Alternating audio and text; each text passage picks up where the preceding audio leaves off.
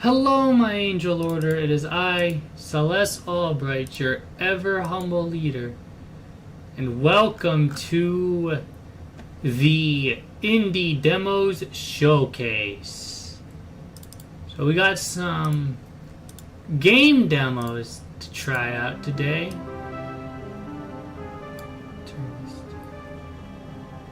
Oh.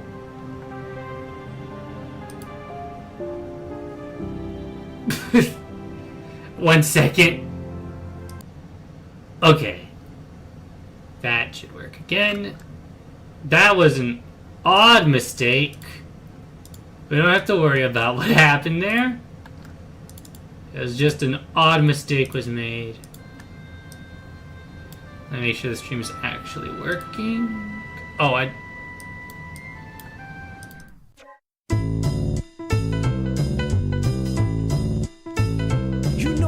Fighting freak knuckles, and we're at Pumpkin Hill. You ready? I ain't gonna let it get to me. I'm just gonna creep down in Pumpkin Hill. I got to find my lost speed. Okay, we're good. Sorry about all of that. So, welcome to the Indie Demo Showcase. Today we are here trying out some new indie games that are coming out later. And I'm gonna show them off. I have 5 games planned tonight. That's 5 entire video games that have yet to come out that I'm gonna show off. So that's gonna be fun. Because this one actually, I think, is something that I want y'all to be able to see. My mouse cursor on. Okay, so the first game I have here is actually a game that somebody else recommended to me for this stream, which is Our Life Now and Forever. So this game is upcoming. I don't actually know who the developers are.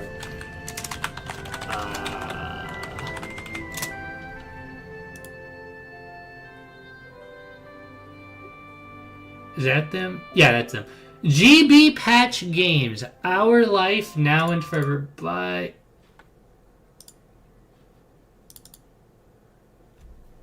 I closed it. Okay, let's try that again. Our Life Now and Forever by GB Patch Games.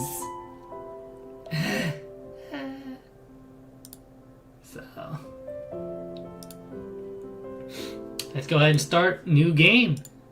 Give this a shot. Welcome to the Our Life Now and Forever intro demo. This is a preview including the first few scenes of the game's prologue. Expansions and improvements to the game will come out as time goes on. For example, the finished versions will have partial voice acting. This initial demo doesn't have any voice lines. However, when the game is complete, the entire story will be playable from start to end for free. However, optional paid DLCs will be available to add in more scenes. So there's a very brief tutorial that is skippable in future playthroughs. It'll help you get acquainted with all the many ways my choices can impact how the game plays. At any time, I can press the pref button on the left side of the screen. Uh-oh. Oh, this is a visual novel! Oh,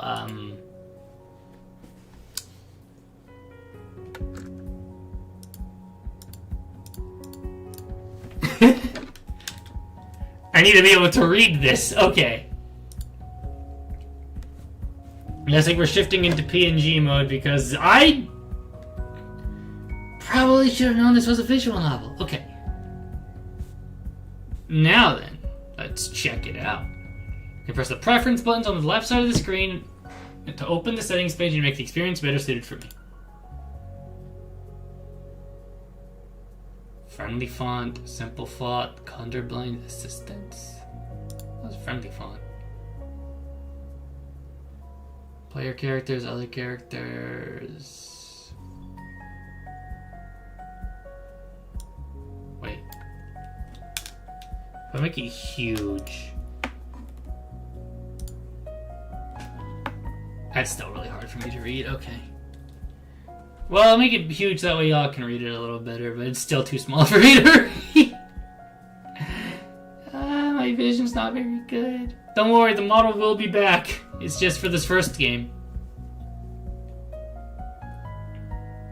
You can change the text size, font style. Can I put can I put the entire game in Comic Sans? Damn. Hey, yes, my first instinct when the game says, "Hey, idiot, you can change the font style." I'm like, oh, can I put the whole game in Comic Sans?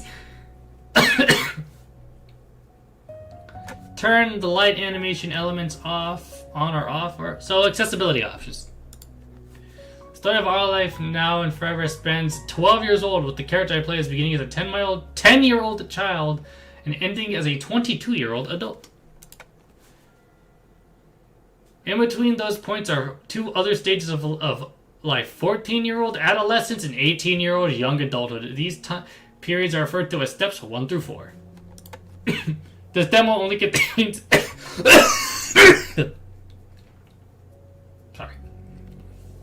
only contains scenes from childhood. You'll be able to determine almost everything about the playable character: name, appearance, personality, pronouns, skills, weaknesses, how they act, what they feel, and more. All of these details can change as they grow up over the course of the game, however they won't be forgotten. Who you are and who you were is remembered by the game, and the characters you meet, choices I picked in step 1 can still be referenced all the way in step 4. It builds to... Oh dear. You need to beat my ass. The goal of our life is to let me truly live my own unique life in the quaint mountain town of Golden Grove. But there are also 2 lead characters who will grow up beside my own main character, Tamarack Bauman and Chulin. Or Chulin, I think it's Chulin. I have the option of being my friend, pursuing one romantically, or just having them simply be people I know, letting my connection change over time, and so on. Jeez, there's a lot of options, huh? This game does not hold back. Okay. My relationship is customizable and progresses at whatever rate I want it to, if you want it to. Wait, what? Your relationship is customizable and progresses at whatever rate you want it to, if I want. Oh! I'm just really stupid, okay. Though there are a couple items to what you... There are a couple limits to what you can do. I can't date them both or break up with one after officially getting together. If I've led one to become my romantic partner, that's permanent. Tramrack is a little girl, she, her, when you meet her, and she will always identify as a woman. Chu begins the story as little boy, he, him, but questions their gender as the years go by. Chu will ultimately come out as gender fluid, he, they. Our life now and forever doesn't include the option to romance a strictly male-identifying character. Okay! Sure. But we do have another game, Our Life Beginnings and Always, if that is your preference. There will always be other characters to interact with and befriend besides Tamarack and Chu, though those 2 are the main focal points. Remember, as I get along with other kids, teachers, mother, and so on is still out of my control. With those basics explained, the tutorial will move on to a new screen to explain another major gameplay element. Hi! Design the appearance and details of my character. First, I'll give first name, last name, add a nickname, and then give MC the general size, choose their dominant hand, and so on. Sex/gender of the main character is customized. Well, that'll be addressed more later. The remaining piece is selections. In many ways, I can edit the appearance of my character. A cute dress of dolls included doll icons. The idea of what my character is like. You can customize every aspect from the doll, from the head and the eyes to the hairstyle and the color of each element to what they wear. Customization can be unique by having the hair and or eyes be 2 different colors, tweaking the exact tints of the colors, developing the direction of elements, and more. There's even one special that allows me to exactly match the high and or air color of my biological mother in the story. Nice! When you choose it, it'll be a reference to the script and the icon image you put together will appear. The text box my character speaks, unless I turn that off this character. No.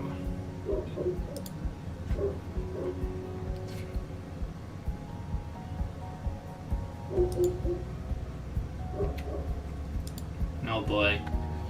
My first name / nickname, pronouns, hairstyle, whatever I write, add scores if I want.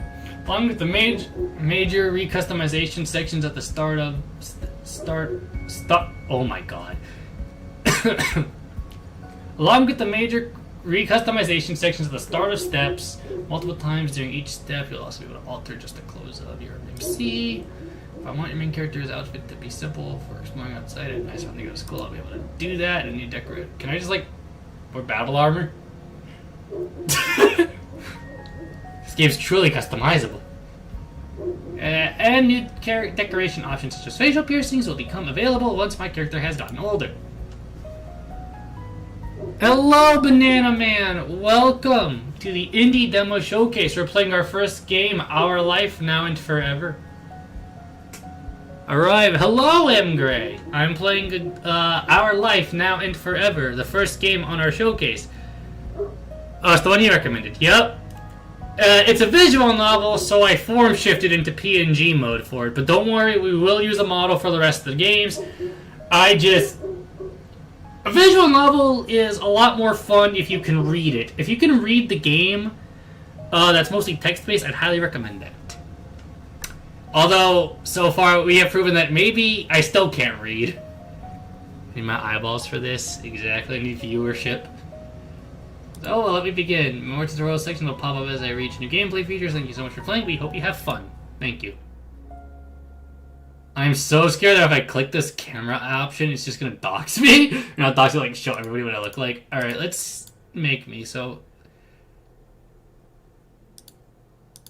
Okay, eyes. What kind of eyes should I put on? Because I kind of have these looking eyes. I should pull my model up. Here, let me screen. Oh, that's what that does. Okay. Yeah, we'll do that. Okay, my eyes are green, so I'll make them green. There we go, green eyes. Or actually, wait. You're reading a book called The Dog Man. Ooh, sounds fun. Do I want to? Oh, heterochromia. I got it. All right. Don't worry, y'all. I'll show you all what's cooking. Hair is very important. I have like 3 bangs in the front. There's a run like that. I like this hairstyle a lot, but I'm trying to make like a version. Problem is that my hair is like kind of mismatched. So, as y'all see, I have the long one on the. Is that left or right? I have the long one on the left and the shorter little strand on the right. So I'm like, I'm not gonna be able to do that, but I can do this at least. That's close enough. I have really long hair, so let's get the long hair option, and my hair is blue. Can I make like lighter blue? I can. Ah. Close. Where's the blue? Here it is. See, how light can I make this? Oh! Wait!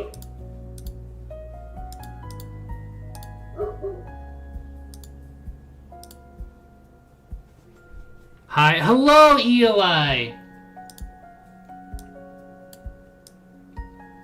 Oh!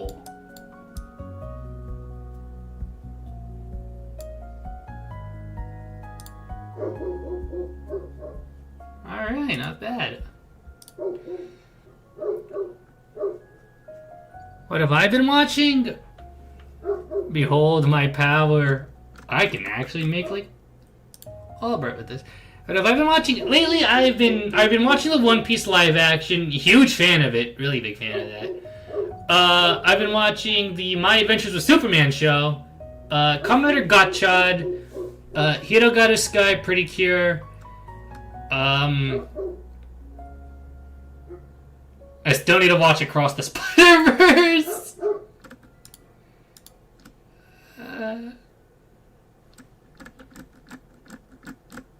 Yeah, that's the stuff that I've been watching lately. Accessories. Can I get like... Ooh. Let's see. You need to get like a little bow. That's not bad. Oh. I need to make it like very light colored. I need to make it like white on the top, like that.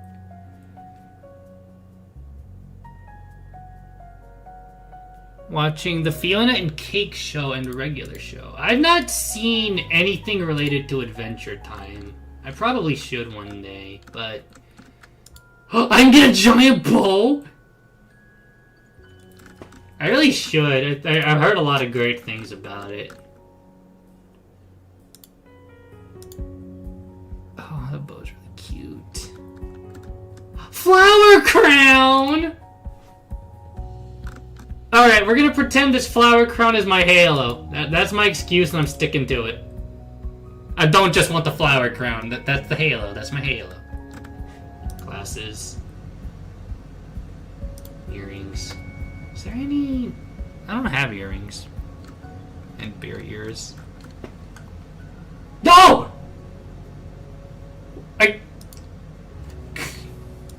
Oh, okay. I actually slapped my controller and it turned the door. Oh, I thought I left by accident. Extras. Scars. Ooh. Oh, wait, I can put multiple scars on. Come on. Wait, can I put multiple accessories on? Yes. Where's my head accessories? Can I put multiple of these on? Can I like put this on too? Nope. Okay. Glasses. I mean, I am wearing glasses. You know what? We are smart, Albright. We're very smart.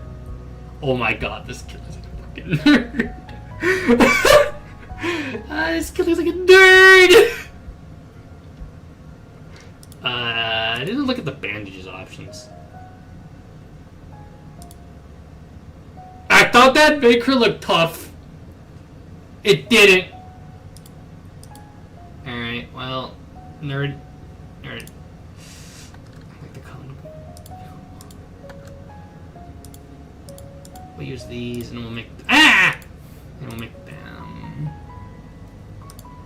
But I want to make these. We'll make them like that. Yeah, that's a good color for those. Maybe I will take off the glasses. Choose left and right earring individual. Oh!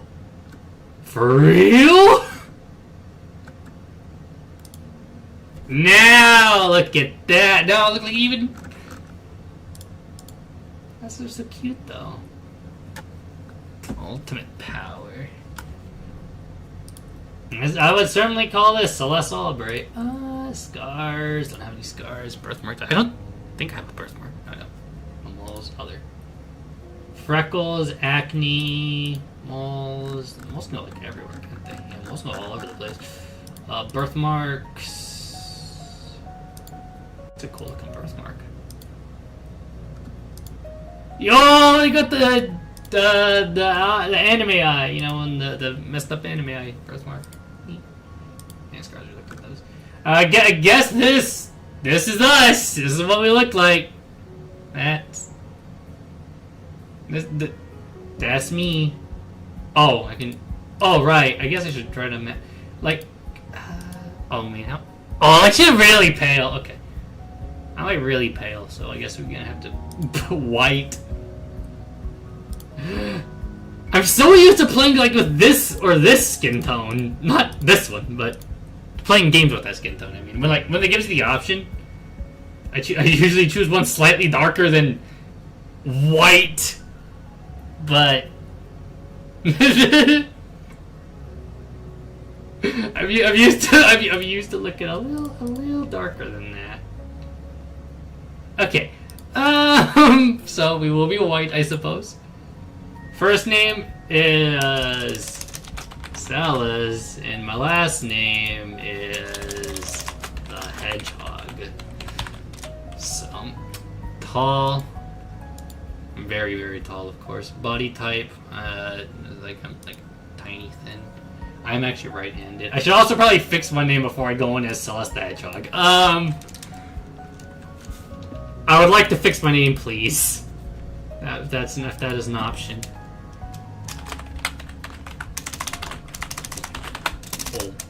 Oh my god.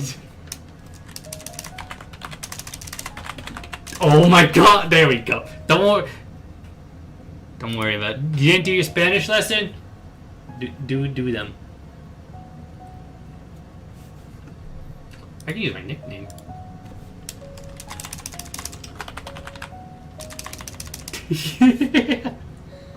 I don't really have a nickname, so I don't have a cute VTuber nickname yet.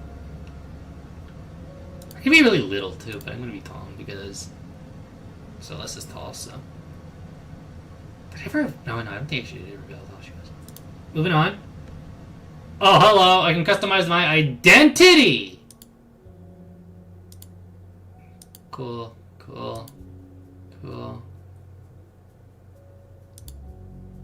Alright, let me see here. I guess, pronouns. First, fix my pronouns. Honorifics. Madam. Miss. Yo. Oh, that sounds like a knight, though. That's so cool. Anyways. Gender is female. Sex traits at birth. I guess I could put this right. I mean, I did. If I want to be a lore accurate. Damn. Sure. Oh, baby! Yes! You can call me Honored Celes Albright. Perfect! I mean, I am the leader of the Angel Order. I really mispronounced my own fan name. It's crazy. Giant green bird, that's your door. You gotta go. Oh, stay safe, Banana Man. Hope you're alright. Modify. How would I like people to refer to me? Feminine. Oh, I can make my mother? Mama Albright? I should probably try to make her look. I'll make her look like my actual mother for a second here. Except she'll, be angelified.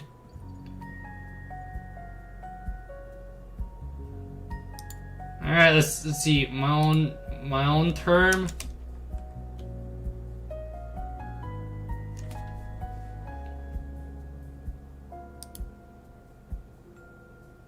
Huh? Are you all right there? I don't say a damn word about that. Actually, I call her mom more nowadays than I called her mama when I was a child. Watch out, my mother has red hair. I suppose so. I could enter my own term. I could call her Honored Mother for the entire run, but I think we're gonna just stick to Mama. Because I called her Mama when I was a child.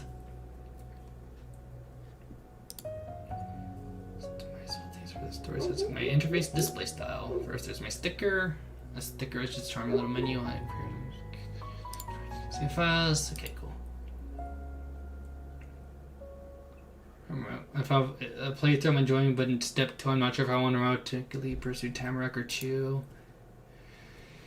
Take the same save file, change stick around. Okay.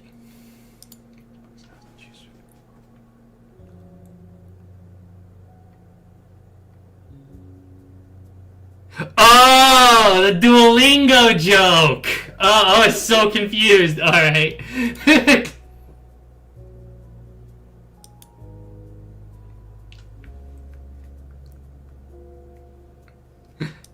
I could do Duolingo streams. I could give me an excuse to actually do Japanese. What sticker do we want? There's no angel win!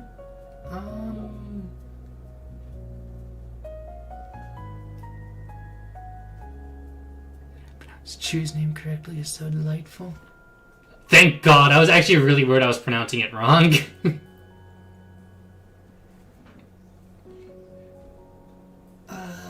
Blue Feather. Are we feeling Blue Feather? Oh, it's Halloween season. It's September. It's Halloween season, so we gotta actually pick Pumpkin.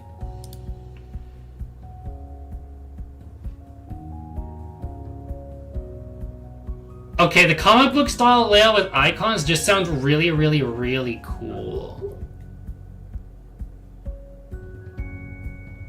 So, I'm picking that one. Also because I'm a comic artist, if y'all didn't know, I draw comics. It looked like a fall here in Golden Grove. Actually, I've been writing a lot more lately because, if you can guess, streaming 7 days a week, I don't have a lot of time to draw anymore. More than any place you've seen before, could be seen in one of my old picture books. Show little kids what autumn's supposed to be like. There weren't any green trees or bushes, yeah, that's just bare branches, but it was almost the same as all that. All that had changed. Oh my god, why am I so bad at reading today? Even the blue sky, even if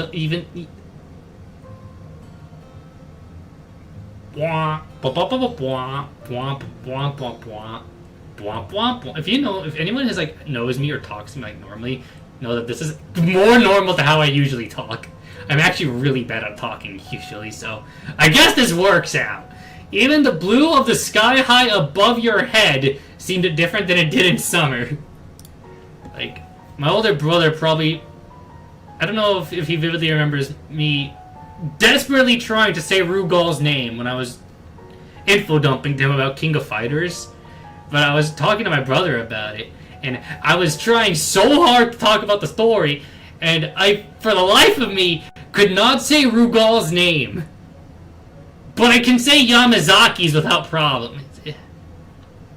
It wasn't as bright either, as though it had gotten tired of sparkling by late in the year, or like it was farther away from me now that I was in this place.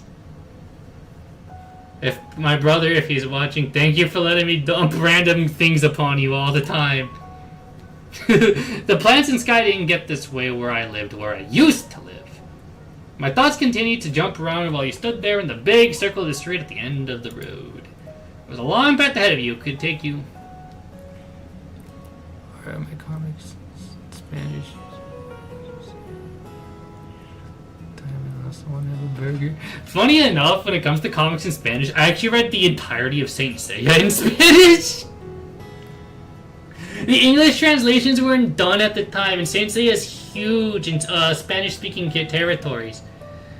And so I read the entirety of Saint Seiya in Spanish. But it was in, like, I think it's either in Spain Spanish or Central America Spanish. I think it's in Central America Spanish. So it actually was a little bit more of a struggle, because I know Mexican Spanish from Mexico. And there is some differences between Spain, Central America, and Mexican Spanish. And it was enough to throw me off. The view in front of... it also doesn't help that my Spanish is probably worse than my English at this point. I wound up reading like half the manga like in Mexican Spanish because I wasn't finished, so you felt that, yeah. Speaking of Spanish, I've been rewatching this cartoon called Vincent and Valentino. Because I remember I saw an episode of it once, a while back, and then I watched the whole thing later, and I really liked it. And I think it's on HBO Max, I want to say. But I've been watching it again because basically it's like episodic Mexican Gravity Falls, and it makes me very happy.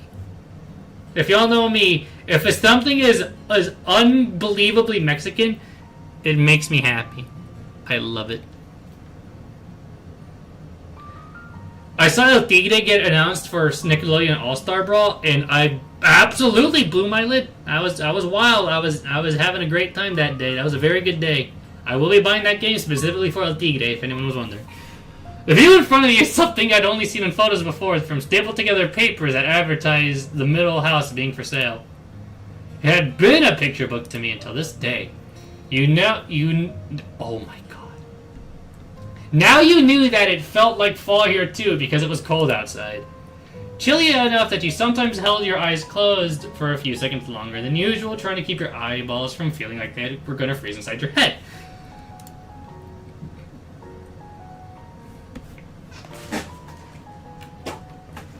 Sorry. This is a real place. The icy air surrounding it. You said, and you were really in... Wait, what? Oh my god. This is...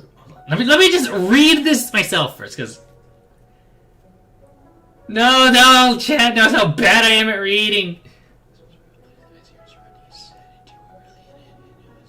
Okay, I understand. ever heard of a show called One? One. No.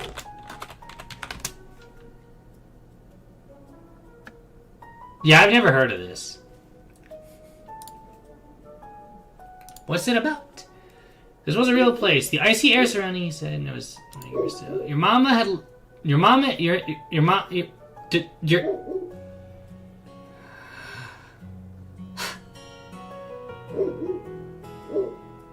Your mama and you had lived in apartments before, and never for very long each time. Heard of an object show? Can't say I have. That was until she got a big job in this not that big town and bought a house, a big house. You wouldn't be going anywhere else for a long time. Now in that moment, can I just comment? We have still not started the game due to me getting distracted like 3 different times and me being unable to read. And me being ashamed of being unable to read, so I changed the subject by getting distracted. So Kingdom Hearts. The entire story of Kingdom Hearts is. But that's just the way it was. The old tin house at the very end of the long round road was now your house, standing tall with 2 others by its side. I'm so sorry to this game and GB Patch, the developers of this game, for being so bad at your game.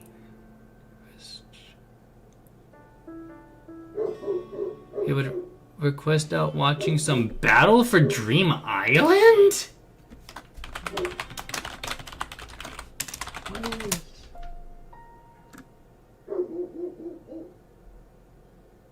Huh? I've never heard of this. I swear I've seen these characters before, though. These little characters. I swear I've seen them before. Okay, we can do stuff! Let's go! Our choice! Alright. Let me see here. My choice. It seems okay to me. I feel kind of mixed up inside. I'm super happy because I'm super excited about something happening. I'm pissed off. I'm fuming. There wasn't much I felt about that. It all made me sad. I felt scared. This would really be something I thought. Let's see. Do I want to be? I could be few. I have to remember that this will remember my choices. Like, even later. So when the game actually comes out, if we do a full playthrough and we come back to this game, it's gonna remember the stupid stuff I said, so I actually do have to think about this more than I usually would.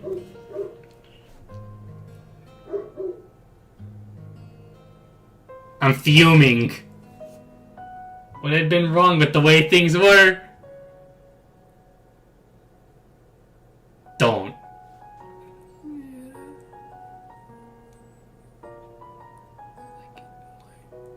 Ah.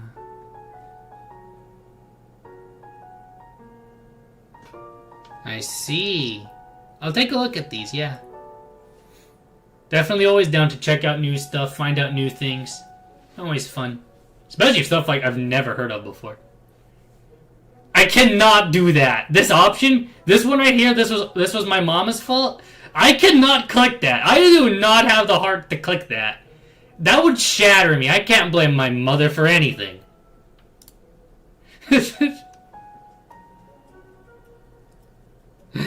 I'd go through the bad stuff together. Celes, come on over and take a look. I like how she looks literally nothing like me.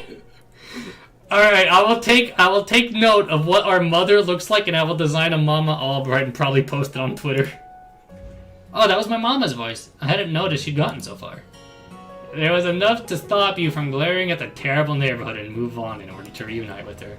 Off the cul-de-sac road, you found 3 troublemaking young boys. Ed, and Eddie. Off the cul-de-sac road and cutting across the line of sidewalk, I had picked the picket fence my mom had called from. The gate was unblocked. Unlike other houses in front of yours was a tiny gray stone walkway that led up to a couple little steps, and those led to the door. He pushed ahead. She was making a smacking sound whenever they landed on one of the stones. Once I reached the end of the rocks, the tiny stairs creaked under the heavy stomp I put into each step you took on them. You didn't care at all about the noise until your arrival. This child really was me when I was little, huh? This child truly was me when I was young. I was rowdy, I was loud, I was pissed off at everything. I didn't blame my mother. And there my mama was, standing at the edge of the porch, arms folded and waiting. She must have been moving around because the shiny opal earrings she had on were twisting from side to side a little bit. My mother, what upset looking face. Like, heard a show called Courage the Cowardly Dog. I have heard of Courage the Cowardly Dog, yes. I was a very big fan of that show when I was younger. It's probably why I'm such a big fan of horror. I didn't get to watch the show on television, but the library I would visit had DVDs that I could rent, and it had a PS2, so I'd watch them on the PS2. So if y'all know, because I actually grew up without cable, I had no access to a bunch of popular cartoons. I could not watch the Pokemon anime, so my love for Pokemon comes from the games and the manga. Yeah, if I watched cartoons, it was from DVDs I'd rent from the library, or the very rare time I could actually catch a cartoon when I went to my grandparents' house.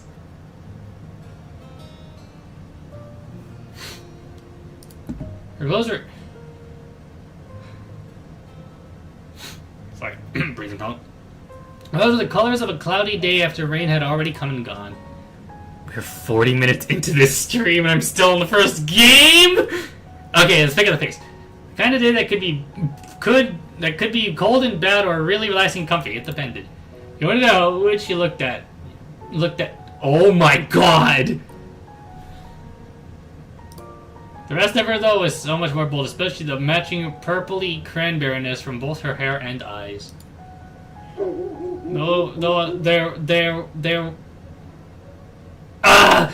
weren't a lot of things out in the world that color could feel good. Mama smiled at you. It made you feel as soft and warm on the inside as your mama was on the outside. What do you think? It's a pretty place, huh?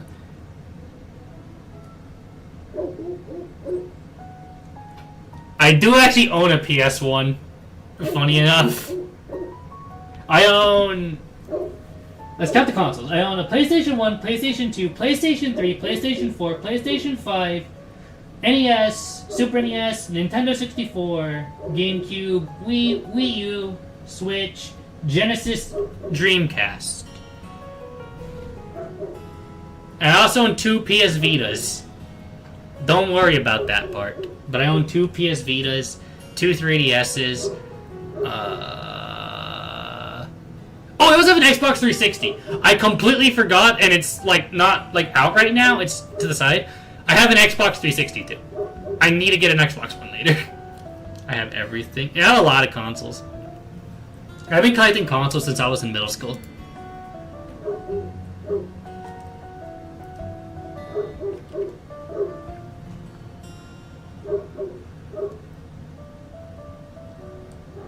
I want to get an old PSP really bad because I can actually connect a USB to it. Not USB. AV out and actually stream PSP. I have the cables. I just don't have the PSP because my PSP met with a very unfortunate fate being crushed under the weight of my brother. Because I think it was. It was either that or...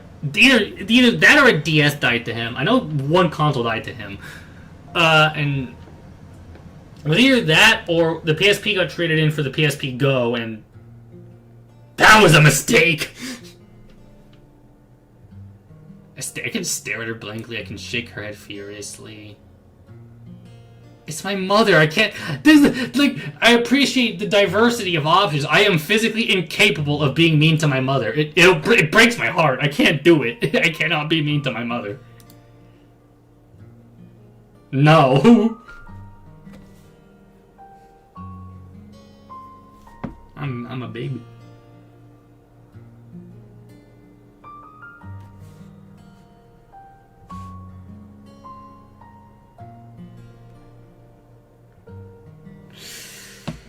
Her mouth stayed inside the shape of a smile, but her eyes and eyebrows changed that says bending in a way that it seemed like she wasn't really smiling. It was some kind of other smile. She's pissed. Isn't it too much longer?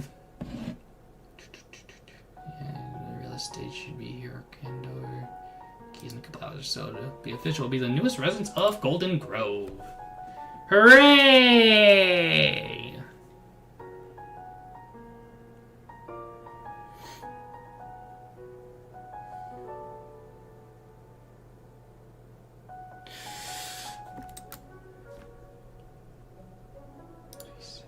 Well, you've seen the outside yard in the house. Why don't I wait here and have a look? Go take a look around the rest of the neighborhood. Bent down, placing my hand on my knees as to speak directly with me on the same level. How to speak to short people, I suppose. It's a safe town, especially in this area. I'll be able to play freely out here. My eyes went wide in fear. I can huff, unhappy. I can turn in defiance. Cover my face, my hands not wanting to go. I perked right up at the suggestion. I'm gonna jump up happily. I asked the spirit, enjoy yourself, just don't stare into any other streets today. I gave a thumbs up. Thank you, you trust me. Don't do that! Don't do that! No, mother, I'm gonna do the stupidest possible options, you know this! Alright, what's the dumb... Okay, we did it! We made it to the prologue! It only took 45 minutes. My shoes really squished into the dirt when I crossed from where I were down to the solid road. Smelly grass and rain softened ground, crisp through the air, kind of musty, hung in the air though, bringing a whole new year of school with it. I'm gonna be a 5th grader! It'll be completely different because I'm being just a 4th grader. I ain't a baby no more! We growing up, I'm in 5th grade now. You know, I guess since the model was chibi, is that what I looked like in 5th grade? Interesting. And not just because I'd be attending a new school. I'd be in the highest grade of the place. Look at me! Look at me moving up in the world. This literally is exactly how I thought back then. This is wild. Yeah, it was my mom. I just wish I could do this by myself. I'm growing up. It felt good knowing there was more and more that I'd be able to explore on your own. Then, before you took one step, there was a faint tap against your shoulder. It was barely stronger than the wind, but it was definitely streaming, and it was completely out of nowhere.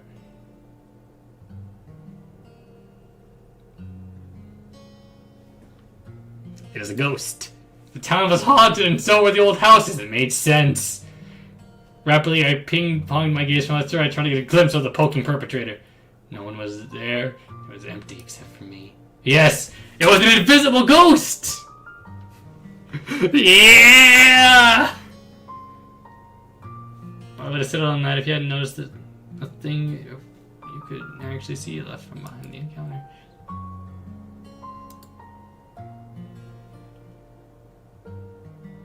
A paper airplane! Oh my god! I completely forgot how nerdy that kid looked! I completely forgot that I made myself look like a complete dweeb. I'm beautiful. Who would throw this at a stranger, and why would they disappear after doing it? As I considered these questions, my gaze shifted back towards the right, the side of the street where the tap came from. So less babyfication the years before the glow up. I crouched down and to grab it, while making a lookout to make sure nothing else snuck up on me. The paper didn't feel the same crinkly, crankly way most normal, but it was thicker. It was like a piece of cloth. It was cottony. It was only that part that stood out, but the page was a tan color with the dark brown lines, not white and blue or white and black or something regular. More questions would add to the confusion. Where would this paper like this come from?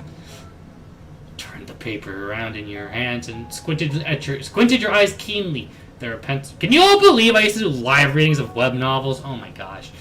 There were pencil markings on the underside. The paper had scribbles, or maybe even words on it. There was enough of a sign to undo the pull someone had put together. You pulled at the flaps of the plane and flattened it out between my palms as best I could. It was true. It had a message on it, or well, I thought. There were some words on it, but not a lot, and they were different lines from each other. I read over each tiny part from top to bottom. Hello! Go out! Hide out! And in the bottom corner was Celes Albright. You really just wrote the whole thing out? You didn't just put Celes? Or even I sometimes just say Albright? You wrote the whole thing out. Okay. My name! It had been addressed to me personally. It was a mistake that you were the one that meant to get off that plane. I I scrunched up my face. A person wrote stuff on a paper, turned it into my airplane, threw it at another person, and the message they sent was, that? There's a mystery worth solving. Maybe the words were Cody had to break.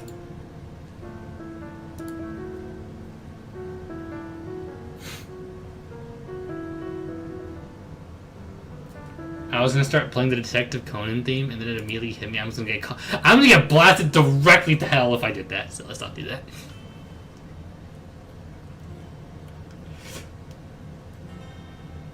I'm gonna get to the bottom of this.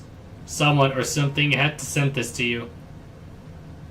You weren't going to stop until I found out who and why. Past the parts where the light shone through the. You should try to find me a funny kazoo cover of it. Nah, it's fine. The half circle of the houses was out of sight by the time the normal sidewalk ended. It just really ended. Instead of connecting to another street with homes or stores, there was the car road behind you and a bunch of trees and plain ground in front. Going down the road would have to bring you to the rest of the town eventually. But you're sure that would be straying too far, like your mama warned against. That was okay. You had other options.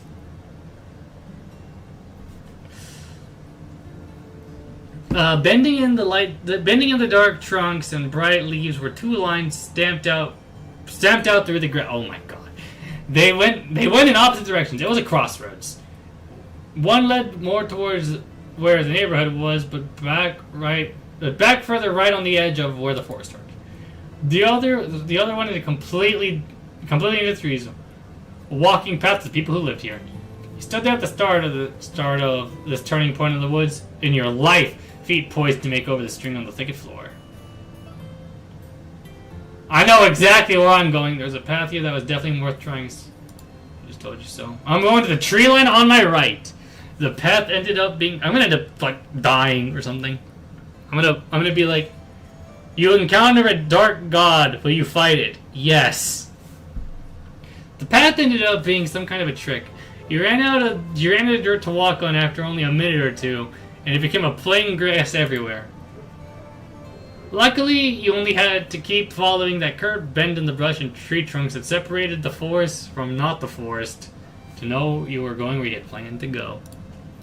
As you strolled through even further, something came into view. You almost didn't notice at first.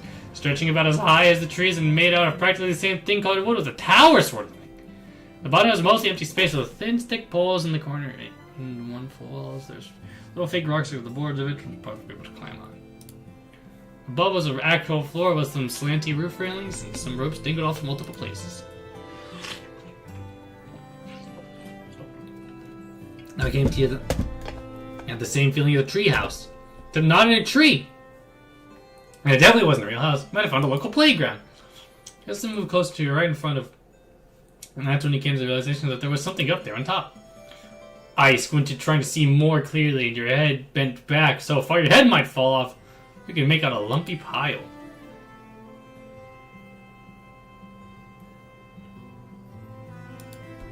In the blink of an eye, you'd pull one leg behind you and swung it at the board closest to the ground. The board didn't move at all, but the strike made a thwack noise and hurt the tips of your toes. The sudden sound of a clattering ruckus inside the fort made you flinch in place. The scrambly thunder that you knew came from movement.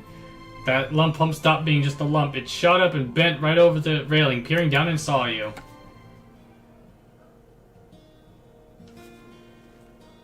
Thwack.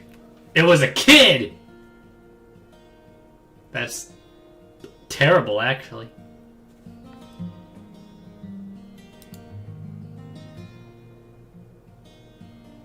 I could point out their pointy hairline.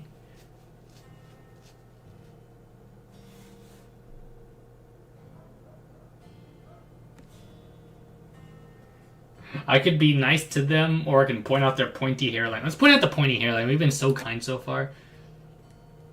The silence set off between me and the stranger. Then all together, one half of their mouth, one of their eyebrows, and one of their hands had shifted upwards. The lopsided pose they had and and the fact they were at the top of a tower made them seem pretty in charge around here. I don't like that.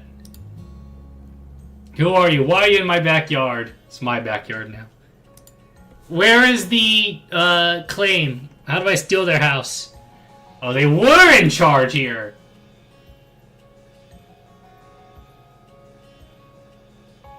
Silent treatment. Your mama wouldn't want you to talk to strangers like them. Oh, wait. Oops. And somehow they twisted their mount and leaned over the railing even more than before. Alright.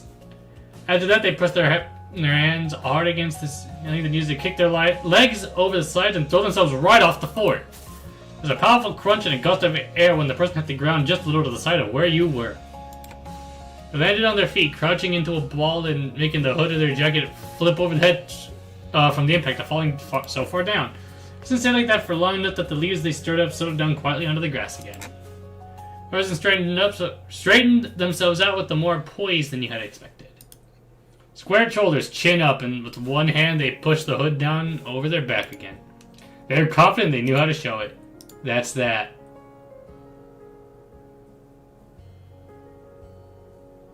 Could I try jumping off there? Maybe sometime. They took open the sides of their jacket and flattened them out, shaking off bits of sticks and whatever other stuff got on it when they collided with the dirt. Anyway, they shifted their head around to get their hair back over their shoulders, the way it was before, and then they jabbed a finger into their own chest. I'm Mr. Chulin. Q-I-U and L-I-N. It means both the Chu's arms spread out openly, gesturing to the wide world all around. Ahem. Autumn.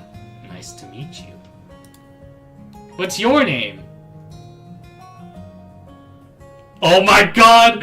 Yes! I can say really stupid stuff. I didn't say! I'm gonna be the mysterious. Hey, how are we supposed to talk like people if I don't even know what you're called? It's just enough that I have to give you your name in the end. I'm Celes Albright. Yeah. Honored?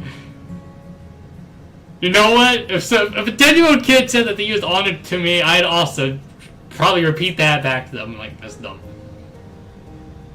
She was confused. It was like you had been talking backwards to him. How did your doctor figure that out? Did they have extra degrees? I don't answer this. Oh, alright. How old are you? They seem pretty similar to me.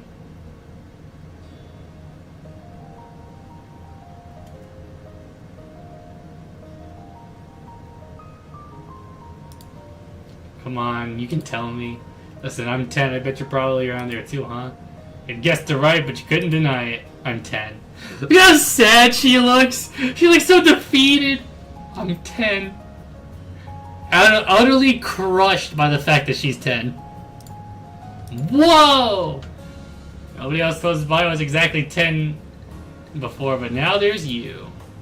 And you're gonna grow up someday. I'm gonna grow up too, but that's not gonna stop us from being the same age. Cool! I just stand here quietly. That was fine to you, but the talk you're having ended with a clear clap from Chew to bring it to a close. Now that we're people who know each other, I still want to hear what you're doing. I've lived my whole life in this town, in this neighborhood, in that house. I've never seen you anywhere. There's got to be something going on. Well, I reached right into my pocket and presented the mystery paper to Chew, wanting your own explanation. Before you even said anything, Chew wheezed with a tight grimace. He looked stiff as the wood tower behind him, just like that. Staring and babble. What the hell am I? A sorcerer! Well, he got us. What? No, wait. He threw his hands up higher towards his shoulders, a sudden movement, making sure that nothing interrupted his train of thought. I'm a thief! Damn. He got me twice!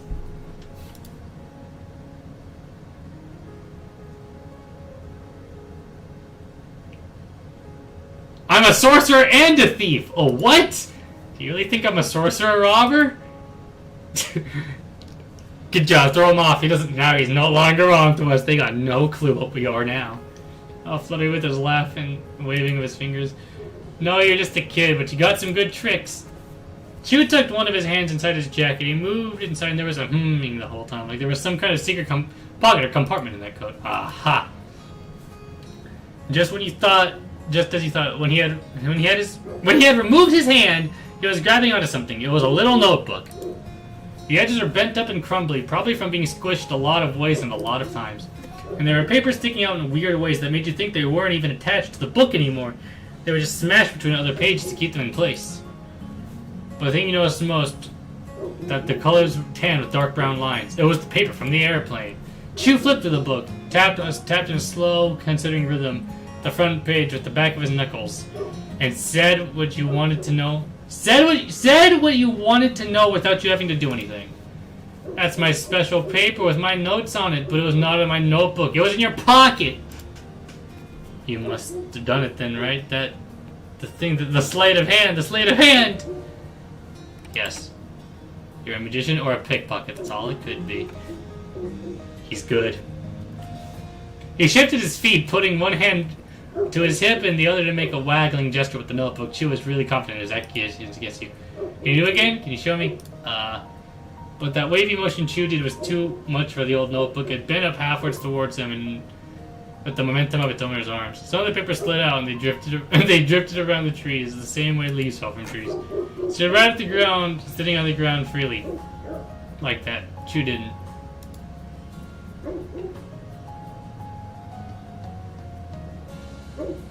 Yep, it was definitely because I'm magic. I know, because I never lose things.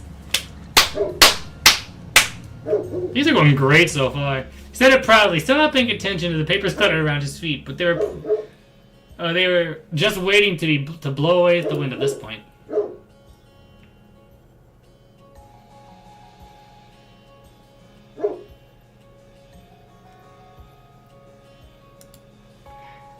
Choose fun with your reaction came out as a set of snickers. His cheeky mood drifted away once those were done. He twisted aside to better rummage through the hidden pocket of his jacket, where he made sure that notebook made it back to its normal spot. Then he tilted his face back toward you. He was quiet and thoughtful. This is very mysterious. My paper vanished, and a brand new kid appeared in my backyard, all out of nowhere. I don't get it. Chew, I'm your neighbor. Now, I moved in. Look how happy she is now! Look at her, she's having the time of her life over there. She's making the exact same expression my PNG makes when she talks. What the hell? I moved into the middle house on the street. Oh, the new neighbors. That's right, that's you. It makes so much sense. He leaned his weight from one foot over to the other. The side of his red sneaker bumped against some of the papers and made him freeze. Then Chew's eyes widened. He twisted his feet outwards more to fully clear his view of the spotted grass below. Finally, he spotted the missing pages. He stopped talking and dropped to his knees to scoop up the loose papers. It only took a second for each one to be gathered. He leaned off to his side, onto his butt, and made a little oof sound from there. From there, he got his feet against the ground while pushing with his hands, still clutching the paper so he could stand again. That successful rescue mission done. Chew retrieved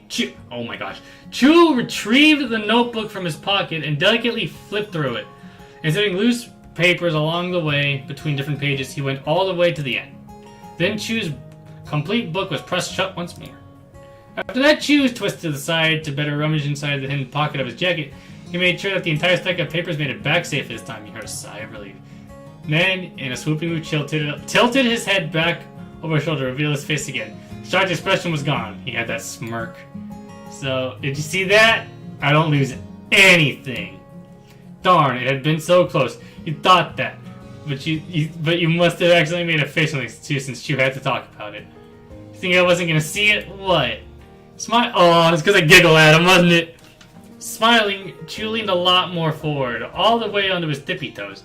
He stayed up and put his hands against his chest like it was nothing. You didn't know how he stood on them so well. Did you hope I wasn't gonna see it? Damn, he actually did find us out for real that time. Or maybe he'd read your mind. He shrugged, not really feeling sorry about it. He gave one triumphant loud laugh, letting the rest of his feet lie firmly against the ground again. Sorry for you, I only disappoint when someone wants it to be bad. He got you with a double... Damn! He's whooping our ass! Put that down in your own. We're getting clobbered out here.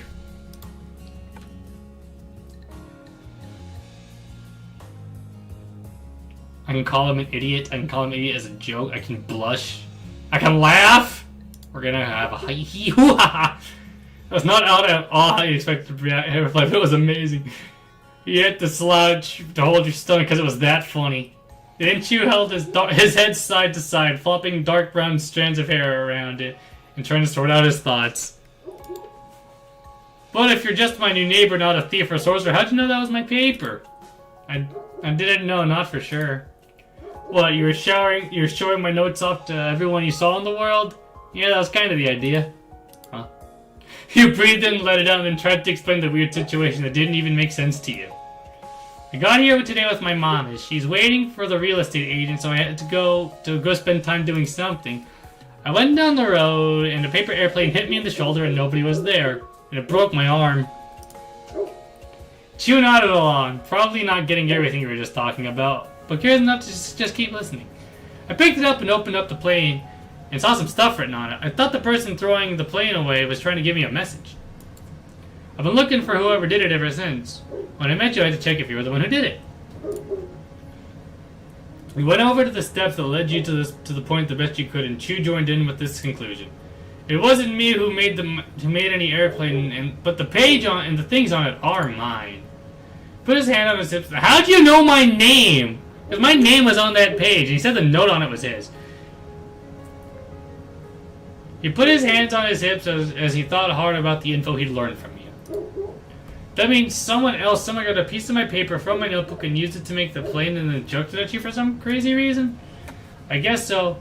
But if you were the one who wrote that... Oh, she already brought it up, alright. How did you know my name that was on the note? And what were those other words supposed to mean anyways? Hello, go on, I doubt Celes Albright. It doesn't make any sense. Oh.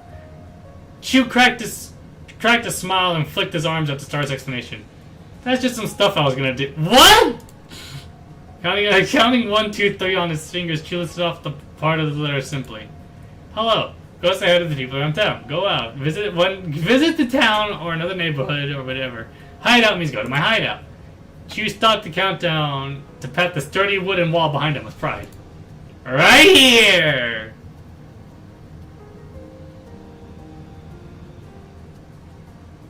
Don't speak. Chew kept talking though. Right. For your name being there, my mom and dad told me. They talk about how some people were moving in next door and how there was going to be a kid my age and that her name was Celes Albright. It was so cool to me that I wrote it down that way I wouldn't forget. And I even took out and read the page a lot to make sure it'd be something I remembered. Looks like I forgot after all.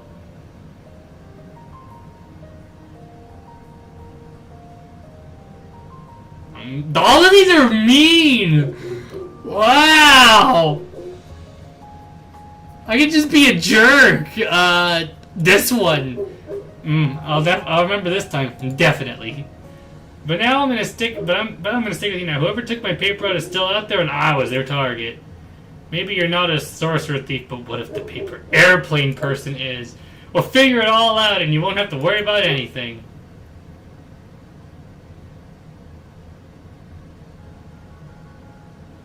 Okay. Super! Do we have a plan? He stood up tall, accepting my now partner on this trip, and laid out the next part. I know which way we should go. We have to go back to the spot on the 4th with 2 dirt paths. I know that place. It's right nearby. Let's do this. So I started walking along the autumn tree line, now with my new partner in this adventure. Chew came alongside you, bold with certain steps. You were going to find this paper airplane person. Soon I reached... He's just there! He's just here! Soon you reached the path, the head of the path. You're at the crossroad once more, but you brought back knowledge and this new boy with you. Alright, we did that one. It's where you were, and down where the... And down there is just a car road. I stood at Chew's side, gesturing around it animatedly with both hands. I didn't know if that helped him understand the situation, but I couldn't keep still. I need to plug my controller. Oh, it's not plugging. Why is it not plugging? I need that. I'm expecting a call. But there's that way over on the other side. You bent your knees and stretched out forward both arms and pointed across the forked dirt passage till the circular dirt imprint was. Chew couldn't possibly mess it with your direction. With the tilt of his head, Chew grinned in agreement. That makes sense to me. That decision easily made, your and his crunching footsteps started up again in unison, and still the quest continues. Once you were through the foresty path, you had truly entered the wild woods. Nothing else surrounded you any longer. Nature spread across this land, with the narrow dirt line and the fence being the only sign anyone had walked in the spot before you, that people were only visitors here. Golden and red leaves gently rustled against each other in thick branches. Clumps. Oh my god. Golden and red leaves gently rustled against each other in thick clumps, with each tree's branches flowing into the others nearby. I was doing so mediocre before that. It was enough to keep the sky blue and the sun almost out completely. But the leaves burned bright with the light basking over them from above. The foot-made passage continued to twist around up, higher into the mountainside, farther than you could see.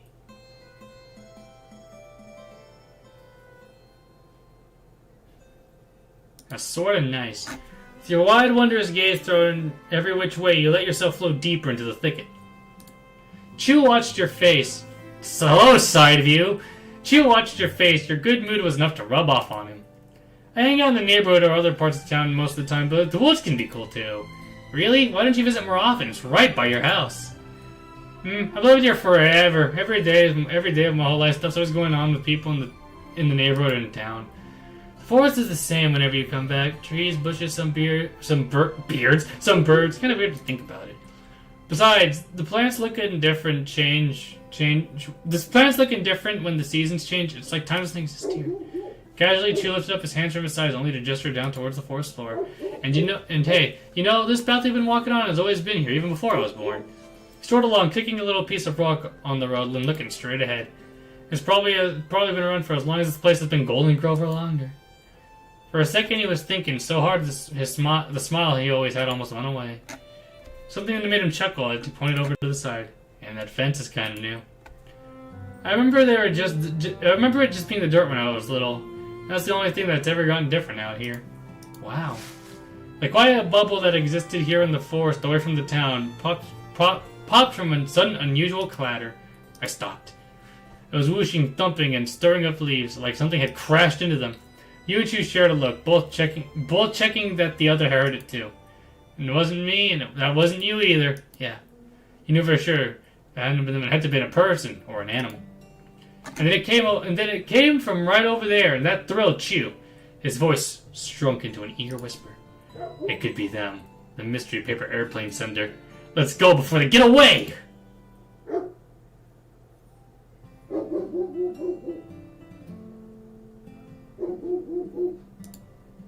While keeping your gaze trained forward, you bent down and found a good-sized branch or something else you'd be able to throw far, but still have enough weight to get to the trees. Once you wrapped your fingers around a chunk of bark that would work, you stretched your arm back behind your head and then threw the stick in front of you. It flung forward and noisily disappeared into the brush. You couldn't see where it landed, the leaf swallowing it up whole. And that's all that happened. Nothing jumped out at you and it got quiet again. Yes, that's what it did. Chew began to snicker under his breath. That's probably not gonna have to figure out how we gotta investigate with our own eyes. Come on.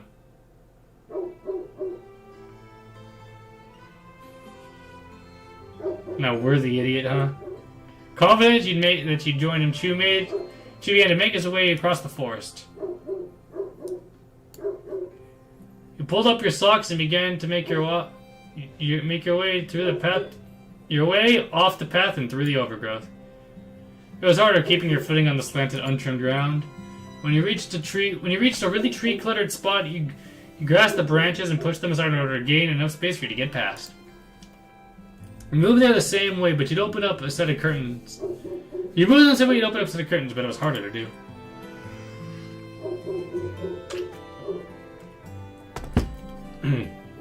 The tiniest branches couldn't take the bend and snap from the pressure. You could feel the splintery end of the plant scratch a little at your face and clothes. It wasn't as smooth and inches as you hoped it'd be.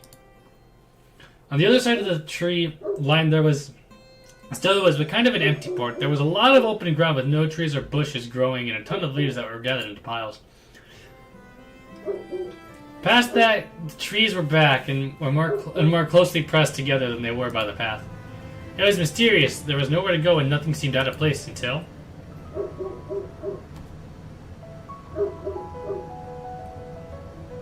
Hello! There was a shout and a new whirlwind of leaves rushing through the air. From the underneath one of those piles was another kid. You knew that was going to happen. Who was this person? That's all you thought. You stared at them and they looked right back at you. As everything they'd thrown into the air gently drifted back down.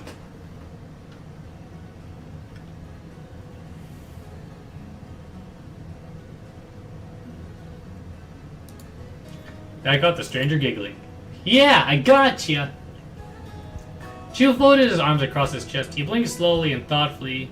He usually had plenty to say, but in that moment, he was left stumped as one of the actual stumps in this forest. Wait here! The jumping jack kid. Oh my god! I also like how stupid my character looks with the flower crown blue hair. Like, tee. The jumping jack kid hopped again, but this time it was to get up off the ground. They dashed the opposite edge of the open space, leaving leaves scattering behind them, dropping out their clothes and being kicked by their steps. You're already wondering what was going to happen next. You're watching them go. Chew finally found some words. It's another person I've never seen before today. He twisted around him so the top of him was angled more towards you. He brought his hands to the side of his mouth and held the other to his chest, pointing subtly in the direction the stranger went. Celes, do you know this leaf kid? Strongly shook your head. Yeah, I didn't think so. Chew's arms fell back like limp noodles, but he never took his eyes off the other person. He was definitely curious. From behind one of the tall, crooked trees, the kid began throwing stickers and other plant pieces around. They were uncovering a hidden treasure, a big brown bag. They had used their hands to lift the pouch out and got it over their head. The thick strap bolted it tight under the strand of the weight attached to it. The line of the mouth looked just as strange. Stranger huffed when they released the bag from their fingers, letting it rest completely across their shoulder. You heard stuff bumping around outside from your position way over here. It was a really full pack. But it didn't slow that kid down. They ran back at full speed to meet you where you were. When they were in front of your face, they gave a wave and asked a question. Hi, are you girls too? Goku? Chew gestured to the front of himself casually. I'm a boy, Mr. Chulin. Q-I-U and L-I-N. Oh, okay. Hi, Chew. The kid turned their attention to you. Are you a girl?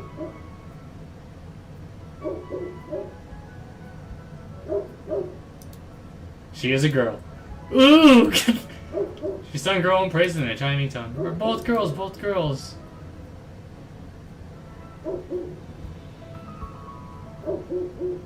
That was all for that. And all of a sudden, the leafy girl seemed to introduce herself than most people do. I'm Tamarack. I simply nodded. Tamarack is a kind of tree. I like it a lot. Chew grinned wildly at her enthusiastic introduction. Fitzy, what's your last name? Bauman. Cool. Miss Tamarack Bauman. You know, my name means autumn. It's amazing. It's a match, too. How do people know how to do that? I think we're just lucky. Lots of kids don't have the right ones. Yeah. So what's your name? The girl you now knew as Tamarack sent the question your way since Chew already gave his out.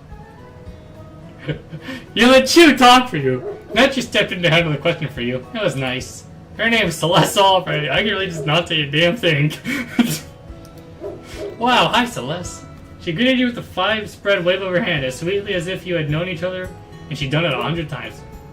Do you think your fits to your name?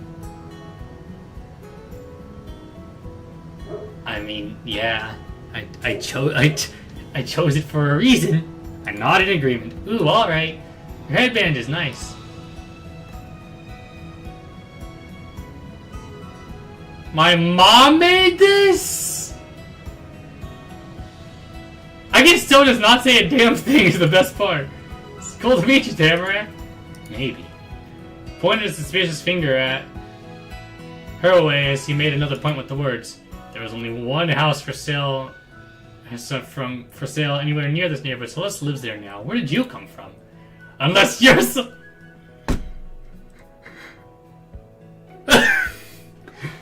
Okay then! Tamara was completely tickled by the idea, covering her mouth with her hands. She didn't do a good job for stopping any of her laughter come out. No, I'm not a mom. I moved in with my Omi and Oppa. You listen quietly. Omi and Oppa means my granny and grandpa. Never heard of that before. Is it another language? Huh? It's German, and they're German. Noted. Cool! There's a granny who lives there and a guy that's her husband. That's your Omi and Oppa? I think so. Probably. Omi has really long hair. Oppa has short hair and some of it is on his face. Yeah. Chew bobbed his head up and down with great understanding. Granny and him have a kid now, huh? Wow.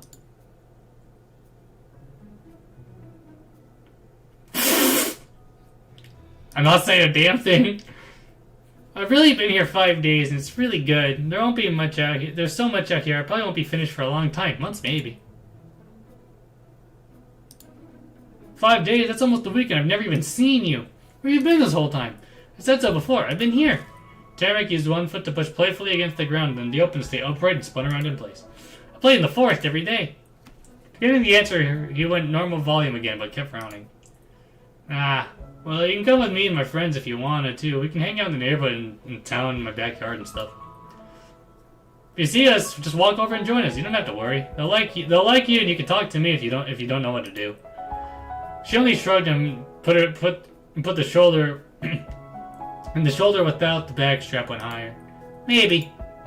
Wasn't a lot of interest for Chu's offers. He grinned again. He watched Samrock with a tilted head. I like your Oppa, huh? No one ever really sees him around, even though he's lived for like a million years. Tammy squished her cheeks between her fingers, delighted. He likes his office a whole lot. This is my very first day in Golden Grove. Who asked you to speak? Who told you you could chime in? You stay quiet. Well, that's really different at all. We're a match. She furrowed her extra short eyebrows as much as she could as new idea came over her. Hey, we're both girls and he's not. But are any of us the same age? I'm 10. She answered for both of you. Me and Celes are 10 too. Hooray, the same age forever. Happily, Tamarack held on to the worn strap of her big bag and bounced up and down in place. This was the perfect time to talk to her about everything that had happened. The paper might be Chu's, but it might possibly she was going to send it to you. Without a word, I take out the paper. She began to cheer louder when she caught sight of the unsightly colored page. You got it!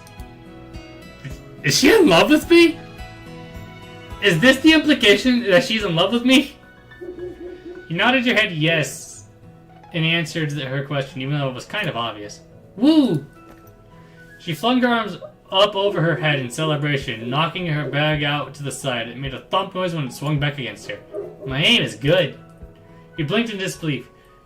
You'd truly done it. You found the mystery person who owned the paper in the first place, and the person who actually sent it to you, the paper airplane. I don't know how to feel about that. But you weren't the only who had a reaction to the results. Ooh, nice, Celes. Your eyes and Chu's cheers had Tamarack excitedly looking between you and him, not knowing what the celebration was about, but wanting to join. Smiled quietly, but with satisfaction. Yay! Yay for the trash doing something nice. Ow! Trash? He held both hands up to his face, with his fingertips into his cheeks with great drama.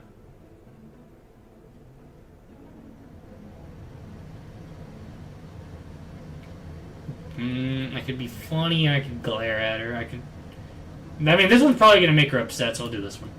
Yeah, I found it on the ground in the forest. That's litter.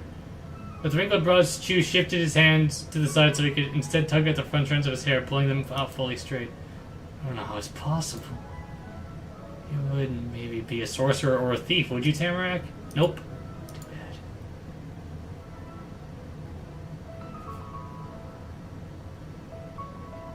I'm just gonna ignore that.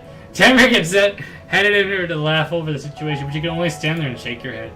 Chu finished his pouch, straightening up and putting his hands solidly in his hips. She was back to being in control.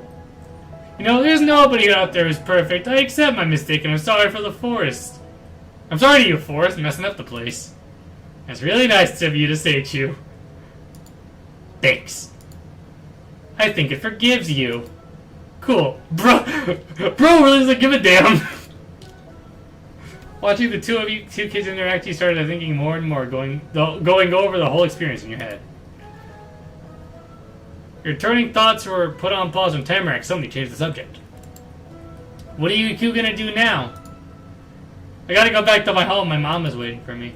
Now walks us there. Gotta make sure she doesn't get lost out there. I should probably see how my Omi and Oppa are. They're pretty old and need help sometimes. She took a big hop closer towards you and Chew.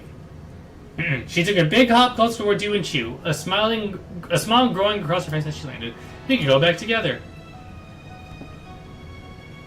I can banish her. I can really banish her. You relax your stance, accepting that this is really over now. Woohoo! Tamarack snatched up a nearby stick off the ground and directed the pointy end forward, the way you had come from, to our houses. While chuckling, Chew used his fist to enthusiastically punch the air. Homeward bound! I watched the two in a shy agreement.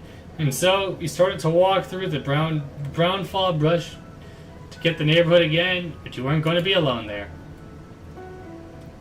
Tamarack bounded ahead, bounding her arm up and down with the stick like she was the conductor of a marching band, while Chew came alongside you with even casual steps. You are returning to that house. Your neighborhood had become even more orange-toned by the time you finally returned to it. The far-off sun slowly sank away behind the tallest mountains, and the forests sleep for the night. Your shadows grew larger, pulling away from your bodies and reaching to the street ahead. The dark shape morphed and combined with one another as you walked in your own mismatched rhythm. All the while, eyeball chillingness of the outside world got more powerful bit by bit. Tamarack had stayed 2 steps ahead. Sometimes she was closer, and sometimes she got away from you again. She used her stick to knock at the brushes and lamps along the sidewalk. Chew was next to you, but had switched things up, so he wasn't taking large skips backwards. He guessed it was to look at you in the face better, or he just thought it was fun. He pointed out the sharpest thing on the street as he went. Part of it almost looked like a tower, a different kind from the one in the backyard. See, that's the house from the front. It's great. And that's your house, right? The one in the middle. And Granny one's the one that's even further one way. Mm-hmm. Cool. The sounds of your steps continued through the echoes of the cul-de-sac until you came to a stop right in the center of the path you had arrived. Okay, this is it. Chew put out an eager grin. We gotta meet up again later. See you around, Celes and Tamarack. Chew flipped around to go back the same way he had come. He needed to return to the pointy red house with the huge backyard. He didn't drop any papers this time. Bye. Goodbye. Tamarack put both her hands up in front of her chest and waved them around. I'm going home too. Tamarack spun in place before dashing further along the sidewalk to the sloped gray house on the other end of the neighborhood. Her bag clanked and jangled at her side the whole way there. He waited there in front of the house in the dimming evening light, watching the two kids go to their homes right on the same street. He gave a way goodbye. That was everything. The whole outing was done. In this quiet resolution of your first day in this place, the 2 encounters you had earlier had soon drifted into your head. Chew and Tamarack. Now to the stage where I'll get to something dynamic with Chew and Tamarack. Dynamics.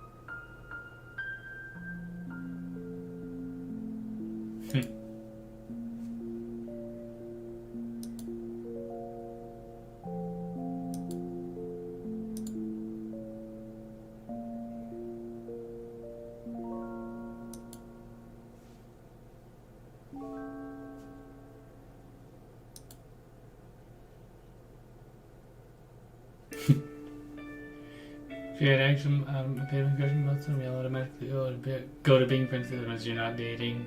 You won't be able to be just insisted though. Game says no cheating allowed. And if you do date one, you can't break up with them. The partner status can't go away once you get it. It is possible to change simply crushes to one of the other options if you want to. Beloved means you truly love them and always keep them in your life in a clearly romantic way. You can't choose to love someone this deeply until later steps once you've known them longer. But you also won't be able to change the setting to anything once it happens. It's completely certain and unwavering. Like crushes, romantic feelings can be known, secret, or you can be official partners. If you're at this setting, you'll also unlock the possibility of getting engaged and changing your relationship standing to fiancés. There's no requirement to get married or even date. God, what you do or don't do. For a beloved, make choices where you're hoping to get married. Jevin asked when you said your partner can be the one to propose instead. The main character will accept that proposal by default because the game believes that's what they want. You can't convince your partner to think marriage is a good idea and then reject them when they pursue it. I mean, games really getting at you here.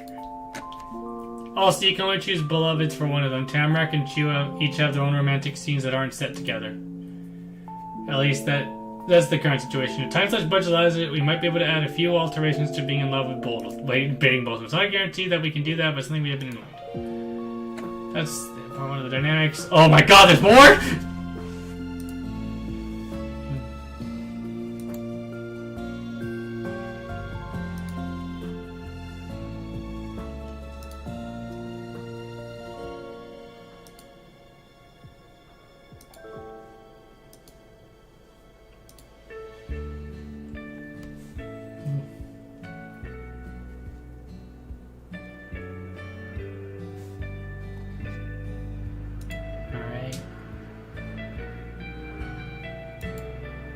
Oh, so you just choose all this?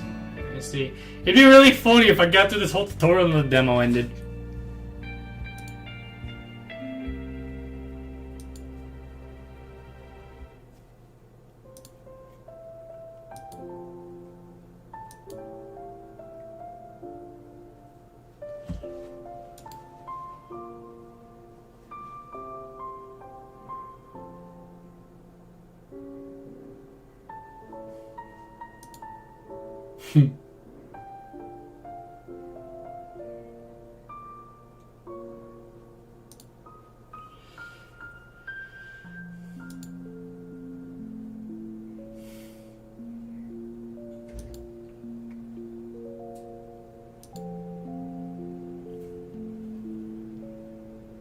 Right.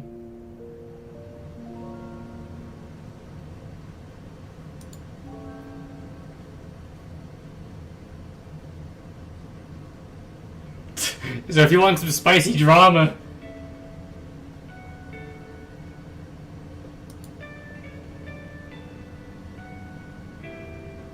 Oh my god. So you can just you have the ability to make you to know and turn your friends jealous. Incredible. Relationship standing and expression elements, you'll be able to have a truly personal dynamic with Tamric and Chu. Doesn't steps.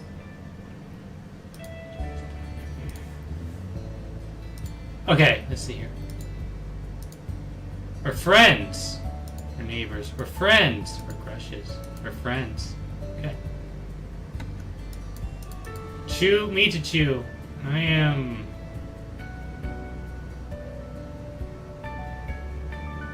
doting, teasing, and team working with Chew. And I'm friends with him. Tamrak! We're friends. She looks so happy! Neighbors, she's nothing. Crushes, she's very happy. Tamrak! I am team working. Unassuming. And accepting. She's contesting me! Why? What did I do? You can play that game.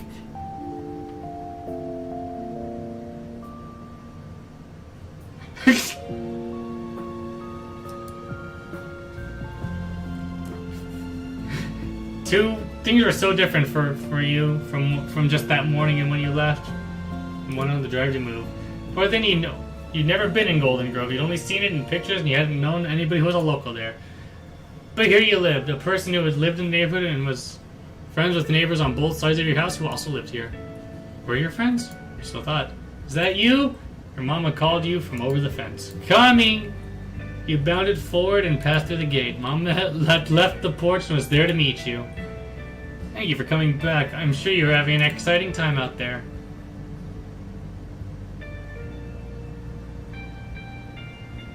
It could have been worse. I'm glad to hear that. Oh, from a mix point to a high. We've got to the key to the house. The agent finally arrived about 20 minutes ago. They're gone now, but I haven't peeked yet. Both of us should be there for this. It's your house too, I guess. I know. It's yours and ours. Come on.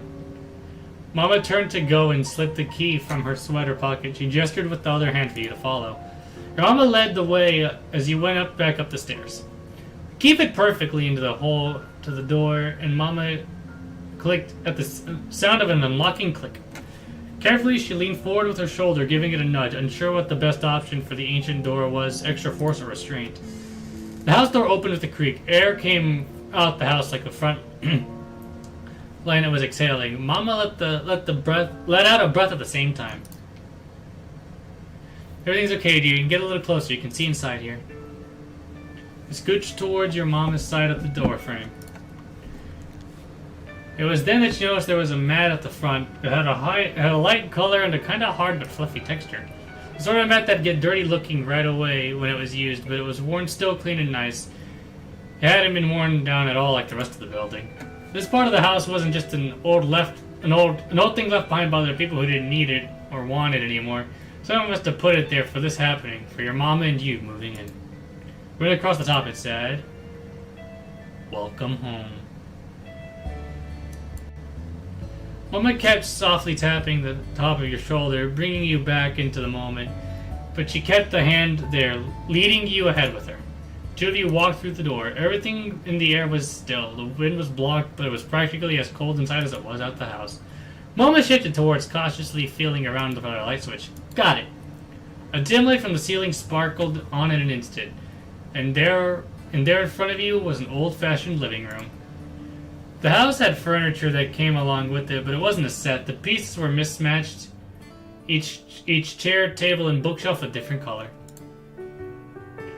They were covered in transparent sheets of plastic and in dust. The room had a fireplace made out of brick, and in the back you could see a staircase going up to another floor. Beautiful, it's even better than the photos. So much potential from inside these walls. The house was definitely haunted. Maybe it was just Tamara because the paper airplane, but this place was where their ghosts actually were. Your mama touched the tips of her fingers to the muted blue paint next to her. I'll have to clean as much as we can to make it livable before bed. It'll be a long night. We can unplug more of our things tomorrow, though. I'll be doing much of that on my own. You're going to be busy. Mama increased the pitch of her voice, squinting her eyes sweetly. After all, it's the first day of 5th grade. Oh crap, that's right, I'm in 5th grade! Right on the go.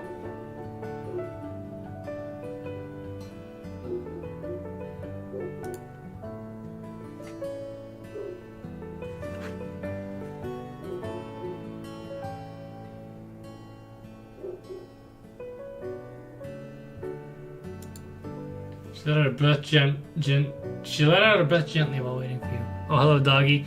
Dog is then released back outside, and he is absolutely happy. He's having the time of his life out there. We got here just in time, clearly. He closed his eyes. She oh my gosh, really? Her eyes drifted closed as there was a.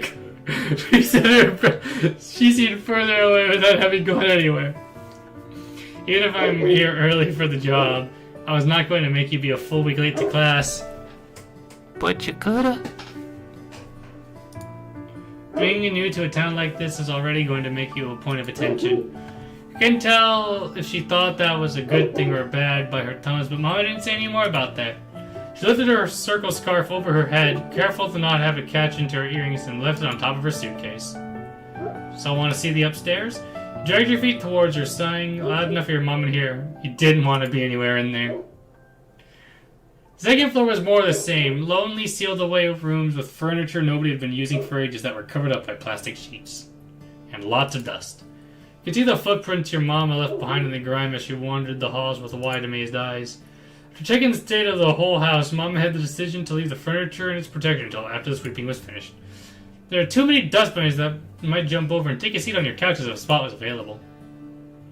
Hope I can remember where I put that dustpan. The room itself shouldn't be that hard to find. We returned to the living room after Mama got out her trusty pair of crafting scissors out of her suitcase. She put her scarf inside it while taking the scissors out. Mama then went through some of the taped up boxes like it was her birthday. Each one was ripped up and a shiny unopened present with the ribbon on top, but her gift was already the stuff she already owned. One by one, she got the supplies that she had bought for this very moment, setting them around her legs. On the floor, there was wherever space.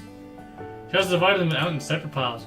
A pair of yellow gloves, a fluffy fresh duster, a bottle of cleaning spray, a full roll of paper towels. Mama had a set of her own, the other was for you. You're going to need them. There was only one broom and dustpan that she did successfully find. You're going to take turns using that. The first move and make the house a place we can actually live in was yanking the windows yanking open the streaky windows to get some airflow going. Before you had to get the locks on the windows themselves to even come loose. You dug your fingers in between the base of it and latch pressed against it, forcing it to move against its will. With the lock, as you shoved your hand open with both hands, your gloves were already patchy with filth.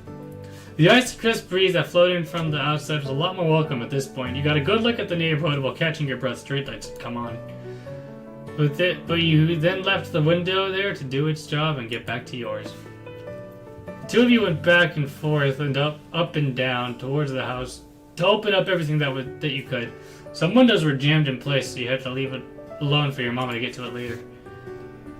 The next point on the list was to somehow scrub down all the counters, walls, floors, and every other inch of space where dust could settle, which was everything to the entire house. You picked a spot and gave it a sweep with the fuzzy head of the duster. Nice line of clear wood followed behind your motion. That pattern continued for a while, and whenever the dust layer was gone from a spot, you'd go back over it again with cleaning spray to make it really shine. Your mama was able to track down and turn on the heater. Not that you could tell the difference with all the windows wide open. Eventually you had a short dinner break with your mama standing around the kitchen together with the two of you. As dusty as the rest of the house, it was packed meals from the car. Simple sandwiches, fruits, and with thick peels that couldn't get smashed on the drive. Little bags of granola and pretzels and juice. There was no groceries. The rickety fridge was off and totally empty when you checked. That was a disappointment. No, there was no relief. There was nothing wrong there. You had prepared for the worst for such an old, abandoned house, but there wasn't a single bottle of nasty ketchup or box of unknown leftovers or anything. The giant roomy food was dumped into the same giant black garbage bag that you'd been throwing up piles of gray stained paper towels and wads of squished together tape for the whole night.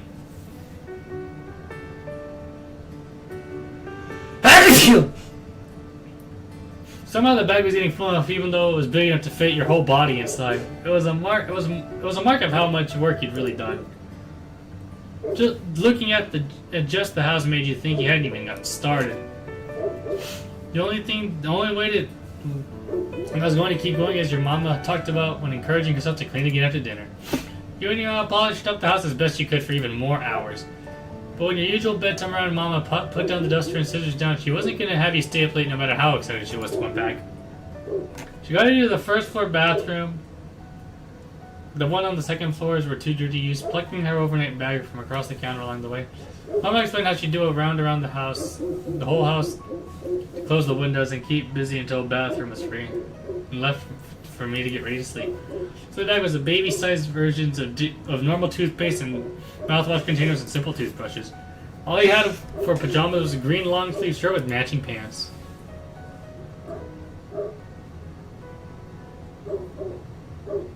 He did a good job washing up. After how dirty he'd gotten, it was satisfying to get clean.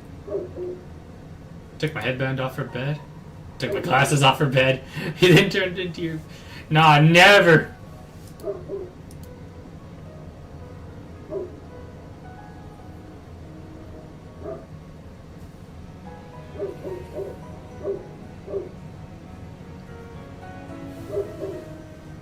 Darn, there's no Nintendo DS. That's a big stuffed animal.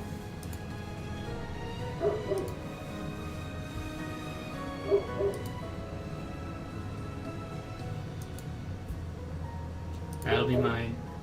Mama noted that while trying to untie the band that kept the sleeping bag together in a row, she pulled together and pinched the knot. When it didn't budge, she lifted the bundle to her face and used her teeth to pry the threaded bands apart from each other. She got it loose and victoriously slapped the bag all the way open. She laid it down in a clear spot on the wooden floor. There you are, Celes, all ready. Use your feet and rock back and forth to move yourself across the antique rug, soothing across towards the sleeping bag without getting off the ground. Mama chatted casually while spreading out her own bag nearby. We need to actually get some wood so we can actually use that fireplace on nights like these. Does your mama know how to use a fireplace? You'd never seen one until now, and so far you'd still never seen one that had fire in it. Look, the house was warm and cozy even without that since the window stopped letting the chill in. The heater worked, that was sort of a surprise. Mama soon settled down on the center of her temporary bed. Thank God, it's like cardboard. She sat cross-legged with her back solidly straight. Her hands came to rest on the tops of her knees, and she made direct eye contact with you. Thanks for help with the house today. It'll be home before we know it at this rate.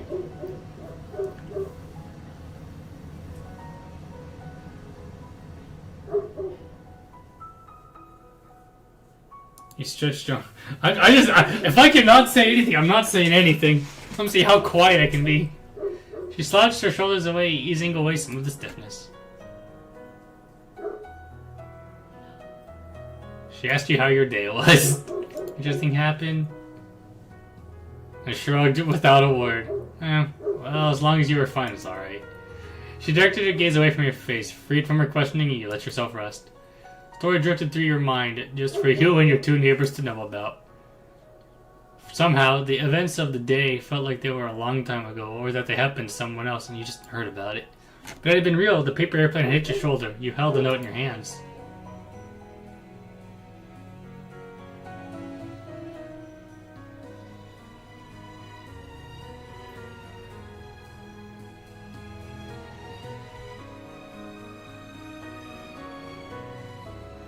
It's choosing. It was his note. You wanted to return it to him. Since you had nothing to talk about with her, Mom softly spoke up to share her own thoughts with you.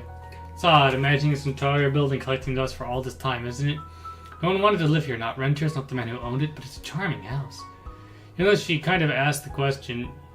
You didn't say anything back about it. Mama kept talking, so you know it wasn't a problem. There weren't a lot of opportunities out in the woods, I suppose. At my company, retiring of the former HR manager was the first big position I've ever heard of for this area.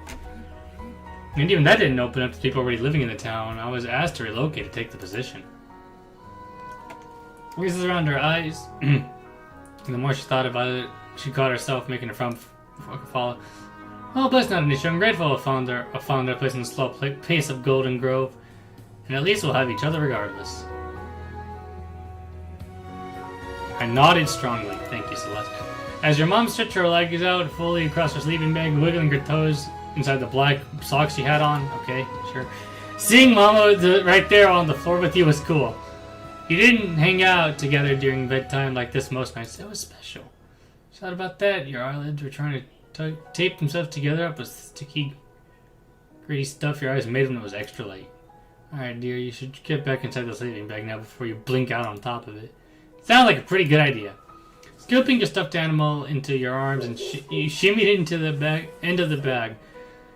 It was made out of fabric that was smooth, so it wasn't that difficult to do. You moved down until the edge was up to your chin. You were wrapped up like a loaf of bread inside a grocery bag.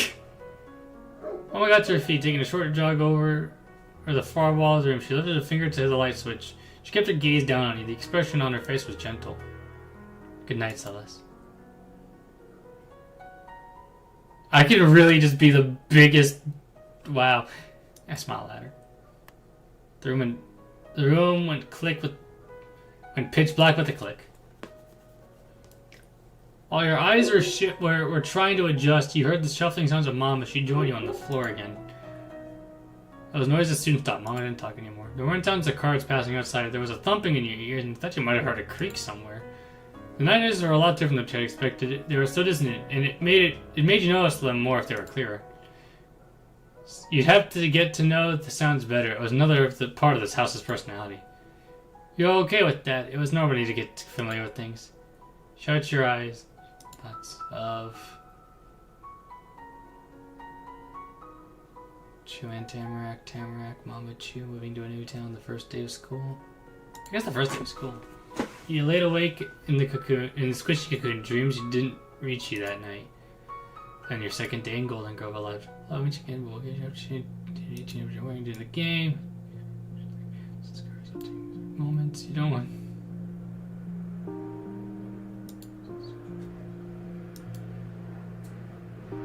Sure, I'll pick my outfit. Alright, let's see here. What are we rocking today? We're rocking the ribbon, we're rocking this. Regrettably, there's still no battle armor. I guess we'll rock this. As for the head accessory, we'll put the bow on. We'll put it over there. Beautiful. The second day had arrived. Had only just arrived. Only one corner of the world outside was out of any sunlight. The rest was all shadows. The lights in the house had been turned on to you, and you could see your own hands. I did not think this demo would take me almost 2 hours. Oh my god.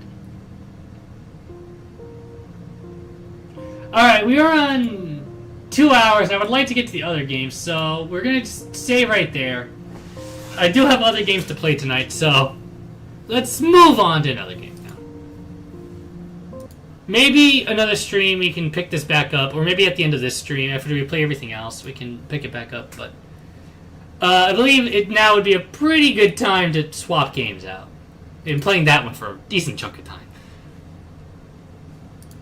So, next up is a pretty fun one that I'm excited for personally. Very excited for. And that is... Hold on a moment.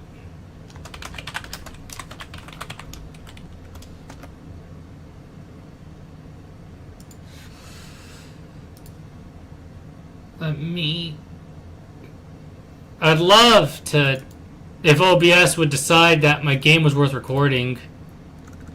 Would be great. There it is! It is puny, and don't worry about that. Alright.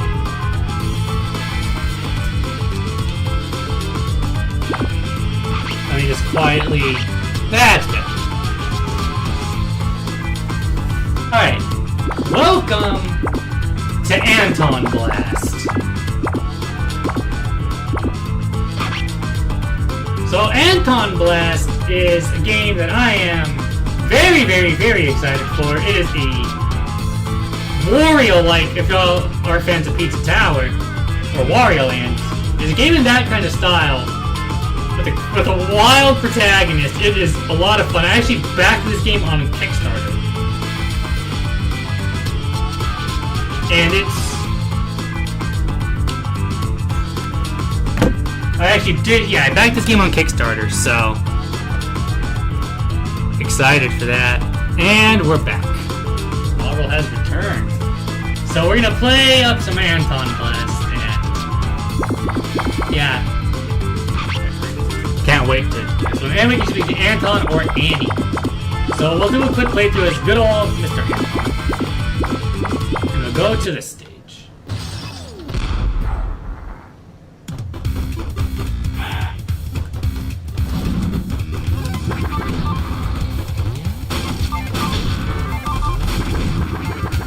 So yeah, it's a wild platform.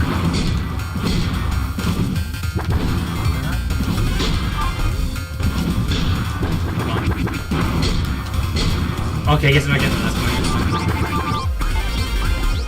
Let's attack the clutch objects and break objects along your way.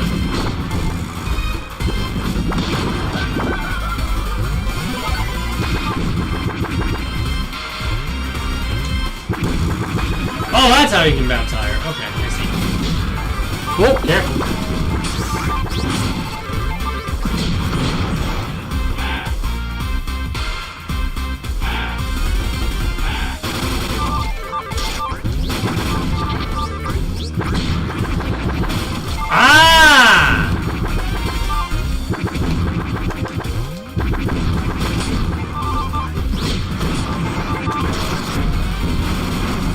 how it works. All right.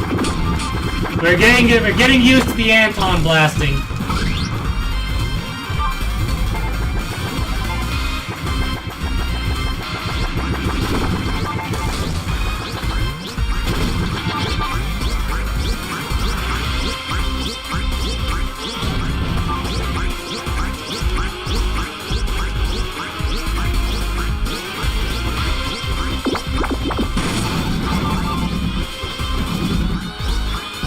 Come back during the happy hour. Alright. Whatever you say. We're moving on.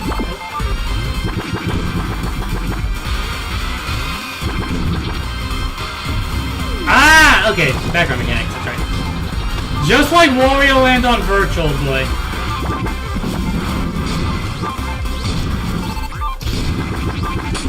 Sadly, if y'all remember from my Pizza Tower, I'm not exactly the best at games like this, but...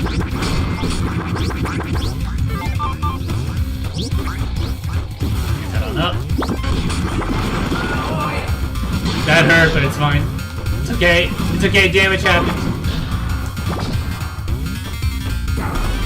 There we go. Whoa, Anton be rolling!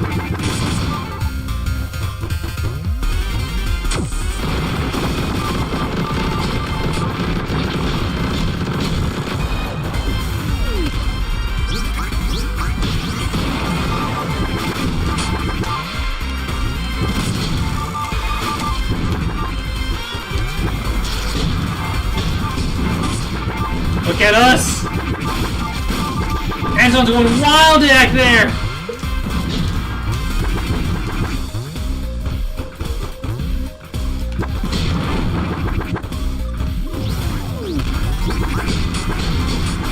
What was that? Press the attack button as you're about to clutch into an enemy to perform a clutch spin.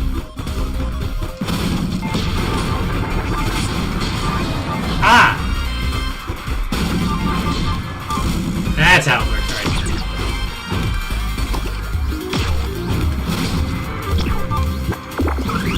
Alright, up.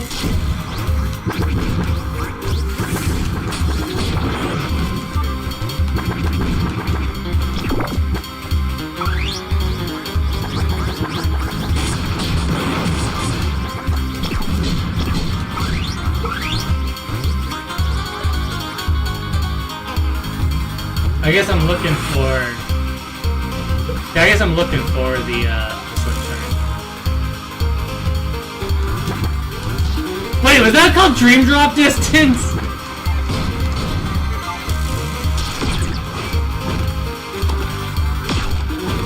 Hold on, wait, no, I have to know. Dream Drop Distance! I knew it! There's always gonna be Kingdom Hearts! Incredible name. I'll say this was not the kind of game I was expecting a Dream Drop Distance reference in of all Kingdom Hearts games.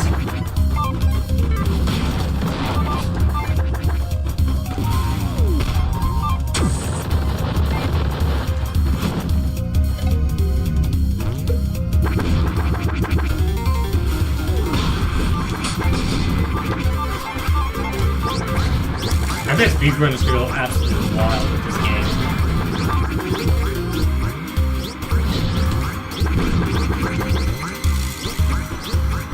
Oh!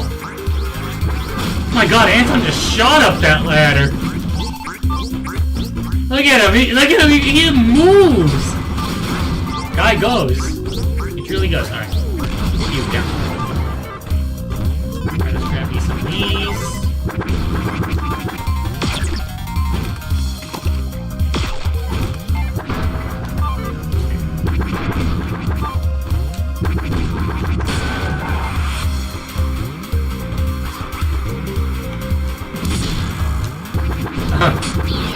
Not one of my precious spirits. Satan won't be happy about this, huh?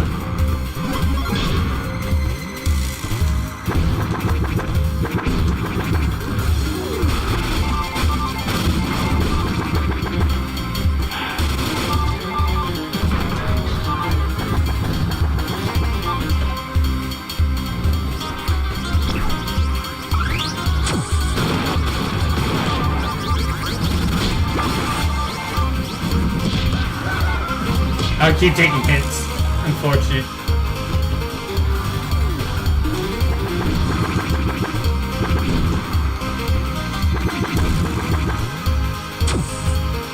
Oh wait, I wanted that!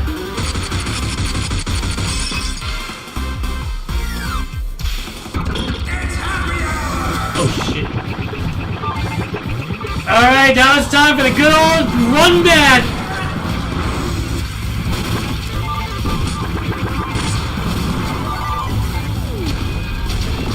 But it wouldn't be a warrior like without him, would it?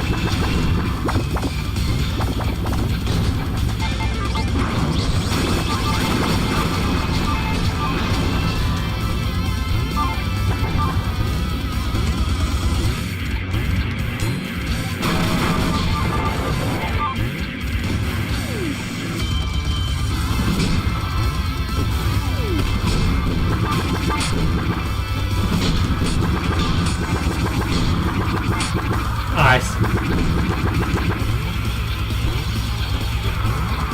Nope.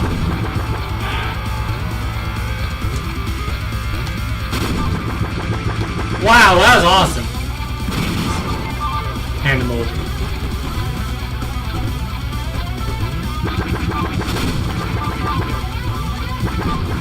Was it worth it? Not really. Oh my gosh. Anton, please. Thank you. Oh, I didn't.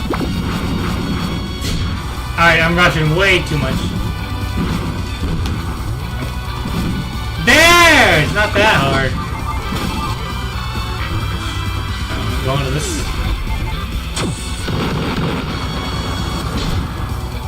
Oh, I gotta run back.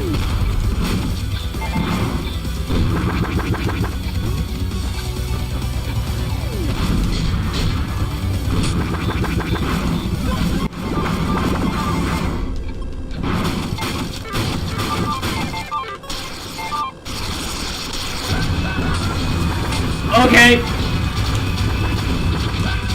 Wait, what?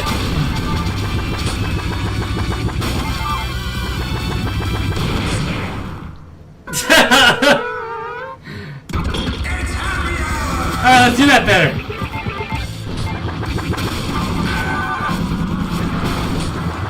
What happened? We know what to do this time. We know what to do this time. I say they screwed up.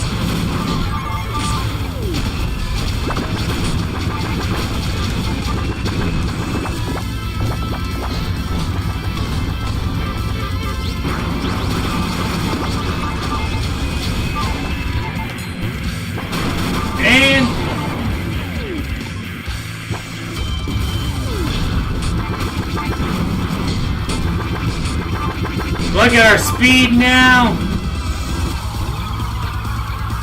There we go.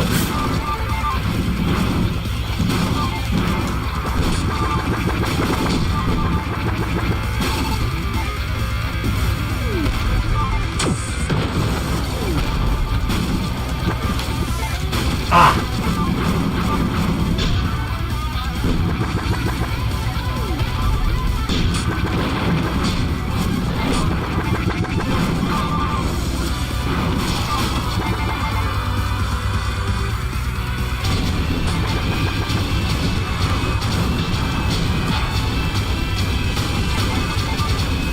Okay.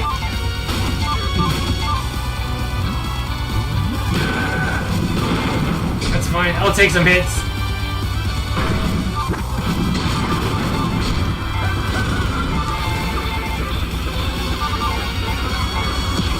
Just roll, Anton! Alright, okay, perfect. I probably should grab that now. Who needs it, right? Who needs that? Not me! Oh, oh, I missed the jump. Alright, let's get back. Let's get to it.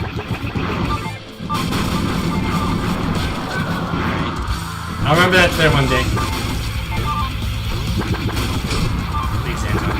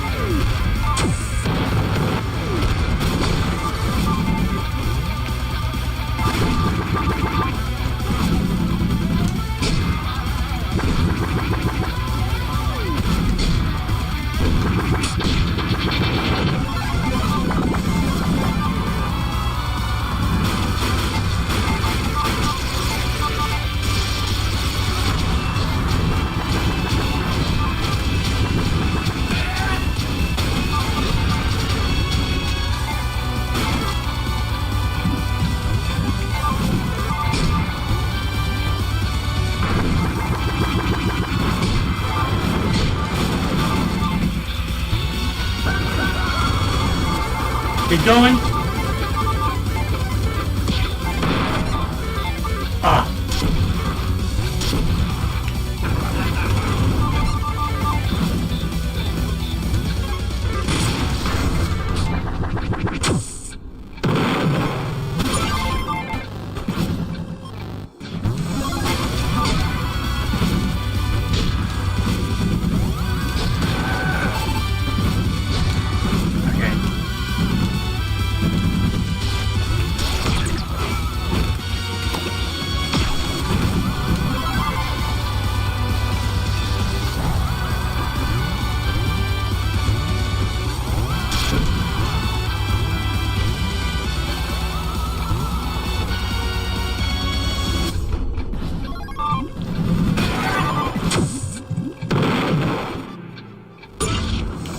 What?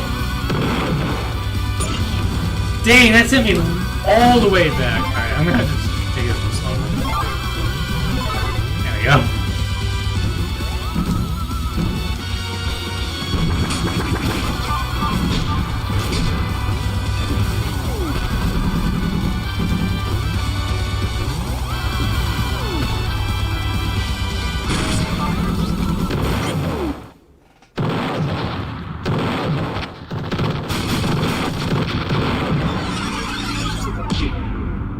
We did it! Got one record.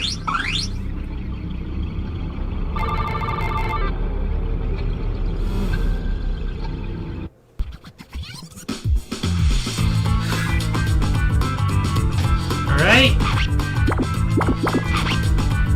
And I'll play the second one. The Cinnamon Springs, the newer, harder stage is Annie. Alright.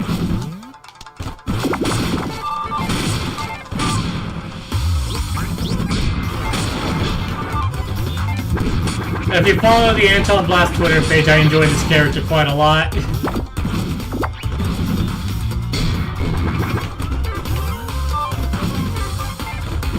Yay! There we are.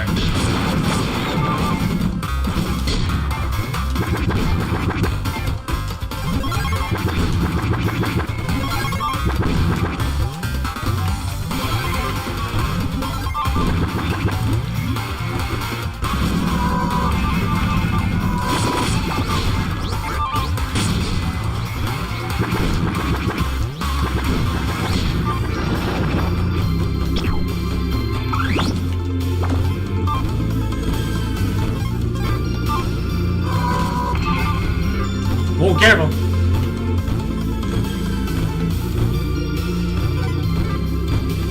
Oi! You gotta be super bouncy.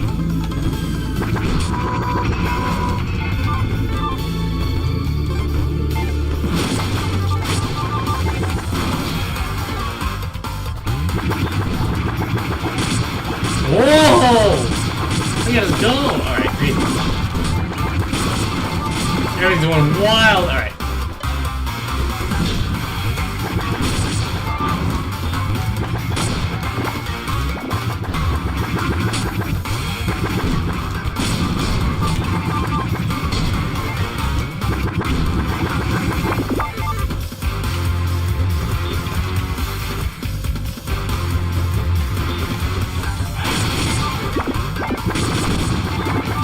Why I started just sliding there, but it's fine.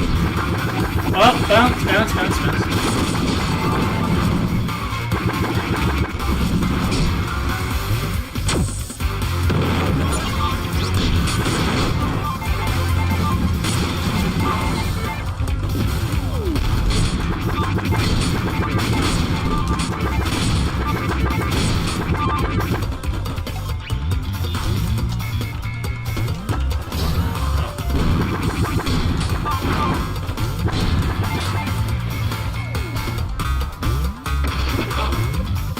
Oh, there's a dolly that pops out of that. It's cute. Alright, push this. Always blow up.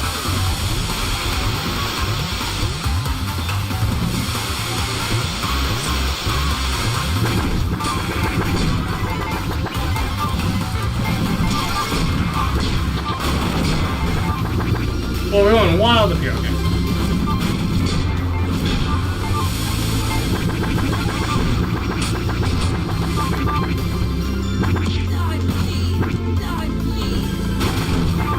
Okay. Not bad.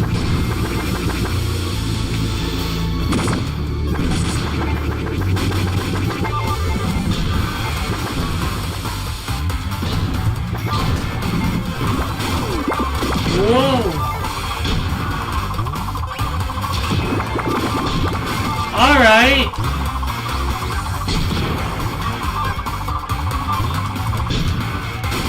That's a power up, alright.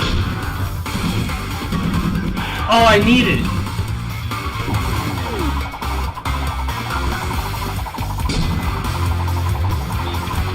I like how it says a tornado Anton, even though we're not playing as Anton.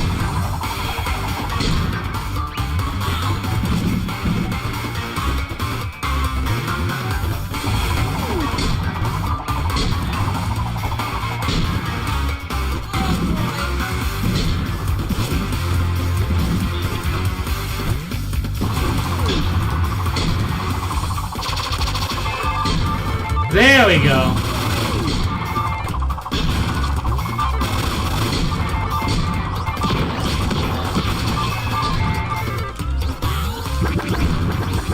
I was confused. I was like, what?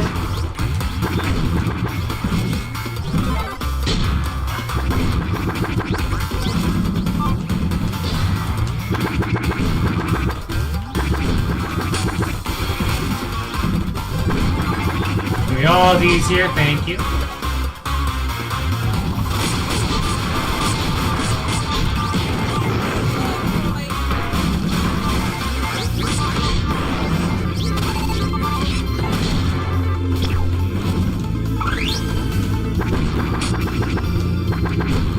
Go up, slide back. Alright. Could have gone a little better there.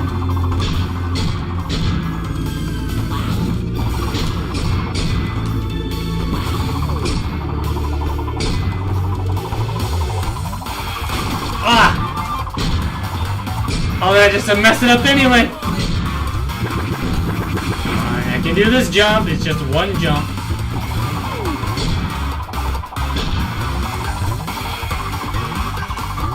There we go. Damn. What an unfortunate turn of events. Alright, go. Jump, jump. Jump.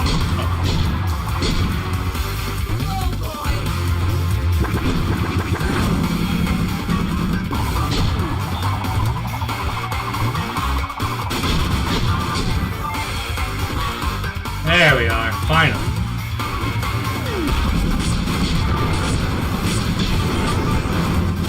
That had no right being as difficult as it was.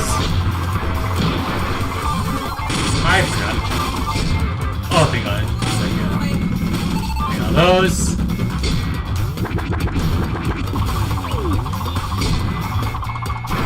Oh, I jumped too early. I'm a fool. A blasting fool. I did it again! Let's try that. Alright, let's try this one. What? I still didn't make it?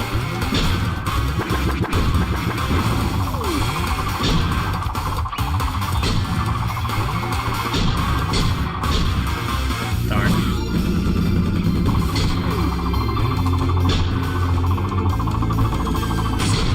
No! No, they weren't wrong. This level is certainly harder. Ah!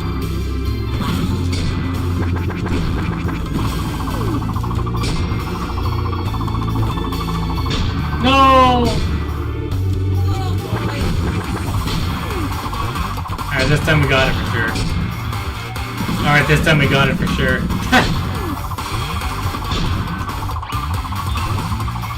Ah! Nuts.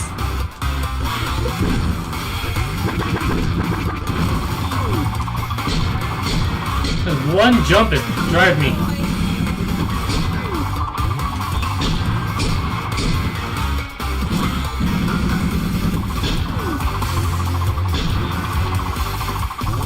Oh, I jumped too early. Absolutely, that was too early. Alright, I think I gotta... There's time to, like, Would you want to like ride the cliff? Do I just like ride off? I don't think I got just ride off. Yeah, no. It's okay. Just in case that was the solution, you know? There we are!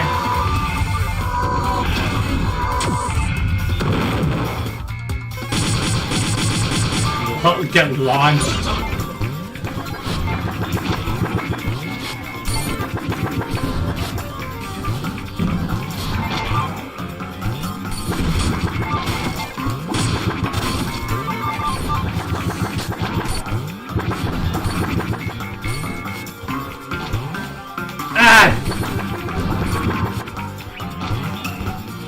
Just some easy platforming, that was all.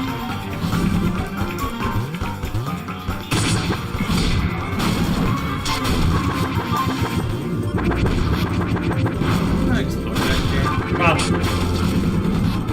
No, it's fine. Down here. Take these guys out.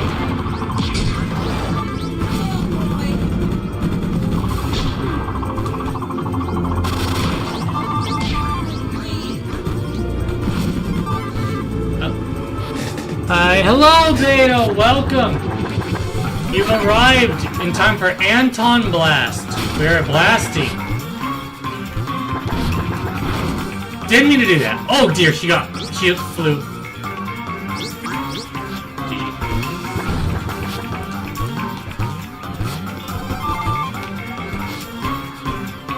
Ooh, you've heard it? You heard of this one? Yeah, this one's really good. I bet. This is one of the 3 games that we have tonight that I backed on Kickstarter. Oh my gosh.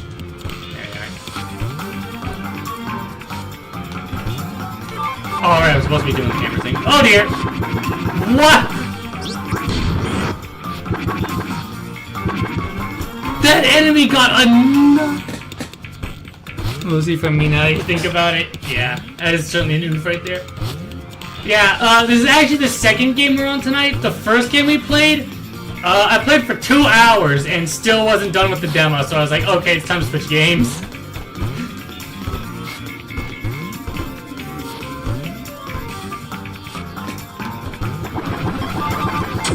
There we go, much better. Now we are real Anton Blast gaming. As Anton himself would want it. Time platforms. Now what would a platform game be without platforms?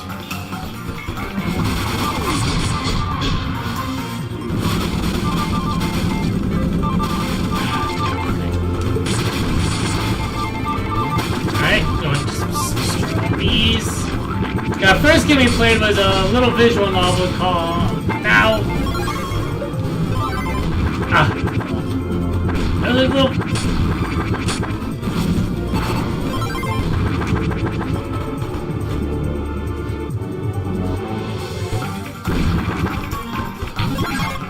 Whoa! We're going. Oh my god, we're going.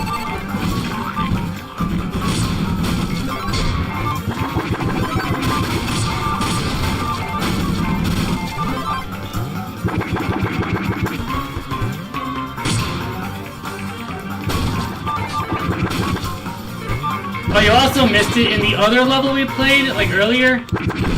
There was a stage called Dream Drop Distance, so Kingdom Hearts was referenced in the Scrimblow Bimblow game.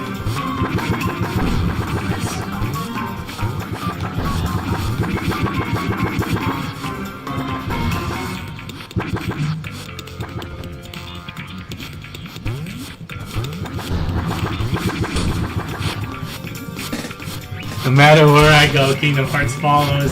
It truly is eternal. Ah! There we are. Guess we'll just jump up these normal. What?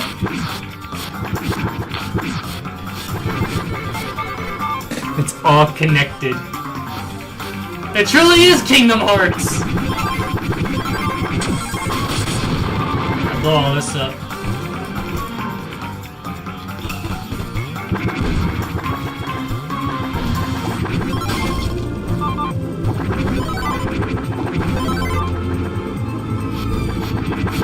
You go absolutely flying in this game. Holidays, Canada, Kingdom Hearts confirmed. It's true. It's all true. Every single bit of it.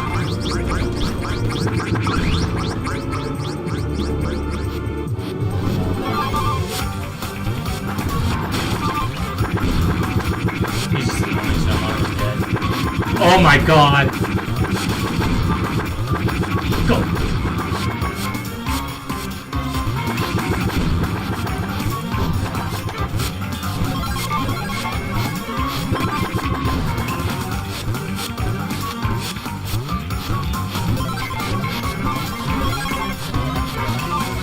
Oh, it's time! Boom!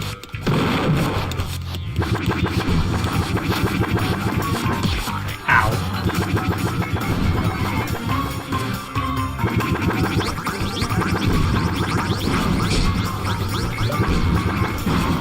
Alright, looks like we're gonna get close down here. Rapid descent.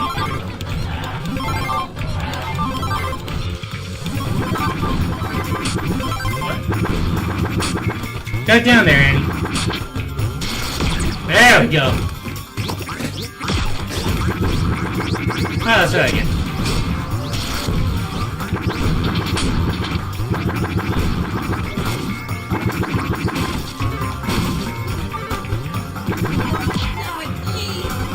Whoa, careful. I learned line, this level certainly is harder, as well as newer.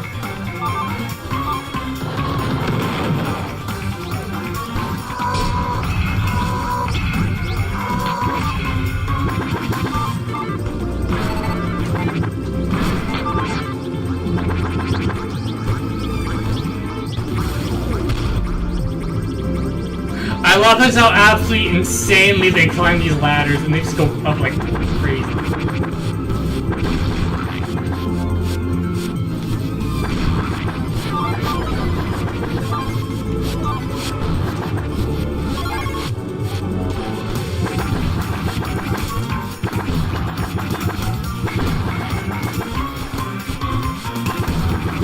Whoa! Wasn't quite expecting to happen there. Okay. I'll get hit, that's fine. What? Whoa! Absolutely wild down there, okay. Oh, let's try this again, shall we? 1, 2, 3. Oh, I'd love some HP soon, though. I'd be so happy if I had that. No, I fell again!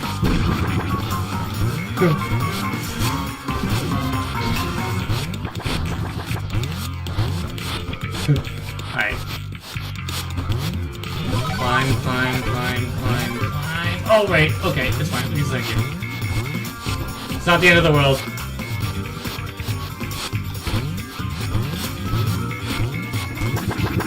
I didn't do that right.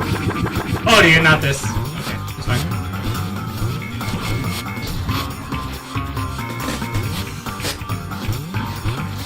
Everything is fine. Ah, nuts. I knew that was coming.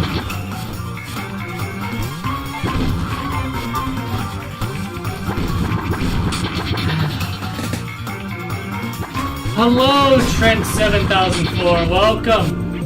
We are currently playing Anton Blast. Whoop.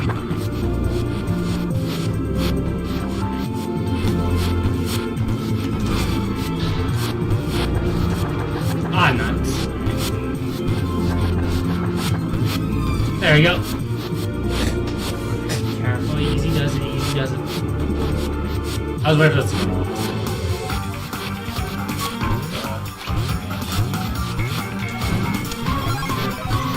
There we go. Sending future greetings.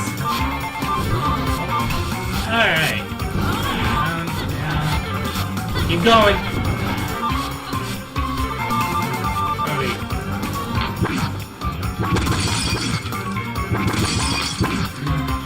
That's a cool little set piece.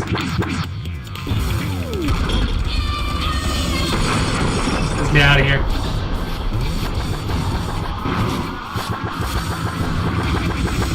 Alright.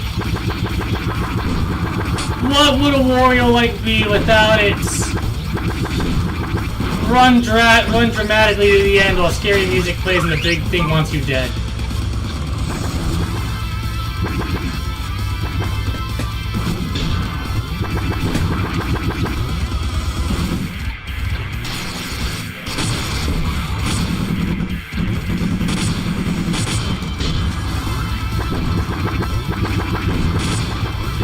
Oh, and go.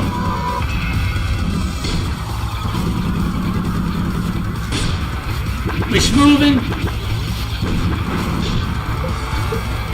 I don't get access to Tornado Annie here. Okay, good to know. Ah. Yeah, it's really unique. It's also like it's really fun.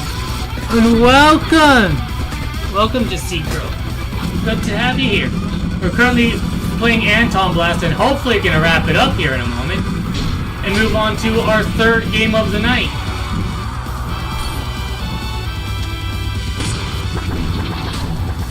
This movement's absolutely like, you know.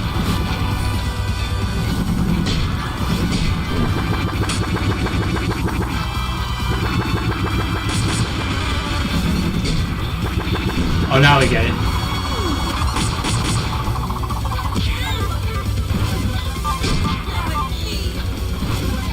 Oh, balls.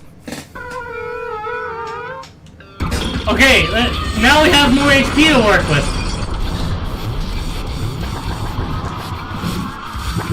Darn, I was hoping to get to this level without a death.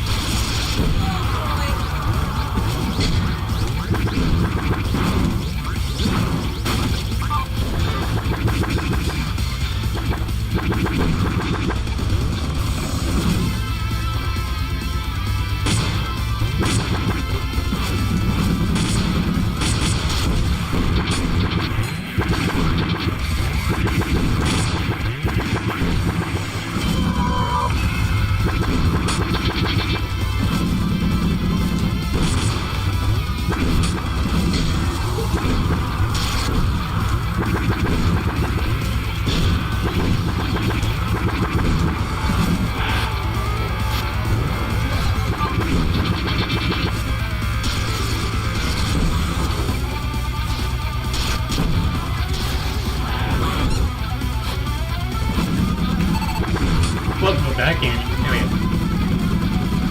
Go!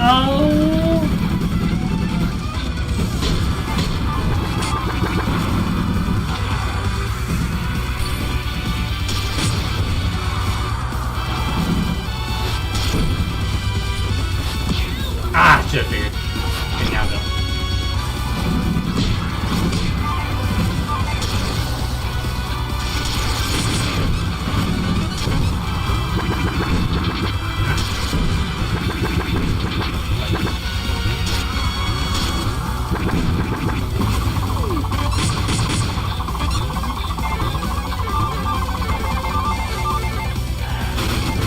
Ah, that's what I was supposed to do.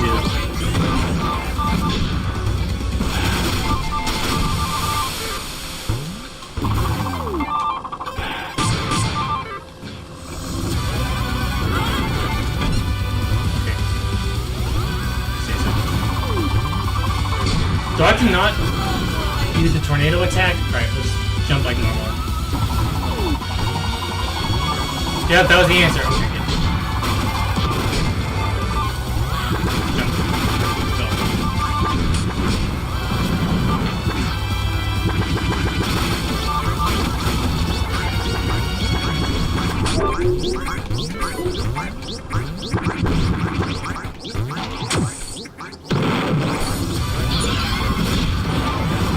We got an anti-shake. The shake chasing behind us.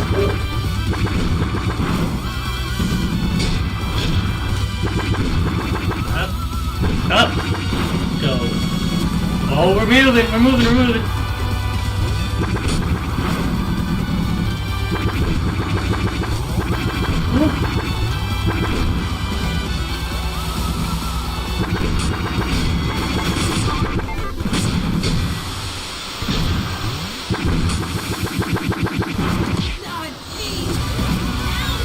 That's fine. For the sake of movement, I'll burn my ass a couple times.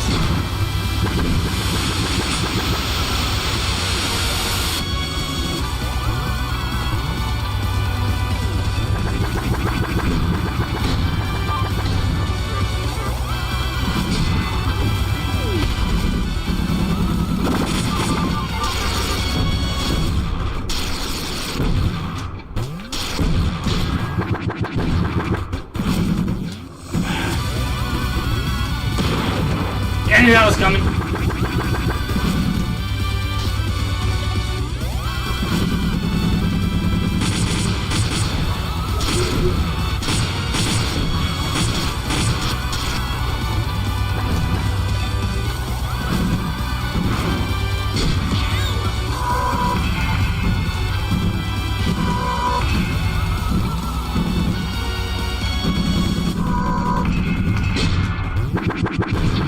Oh dear.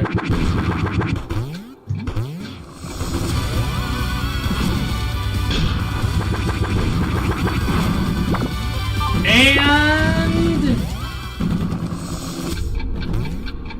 we're out of there.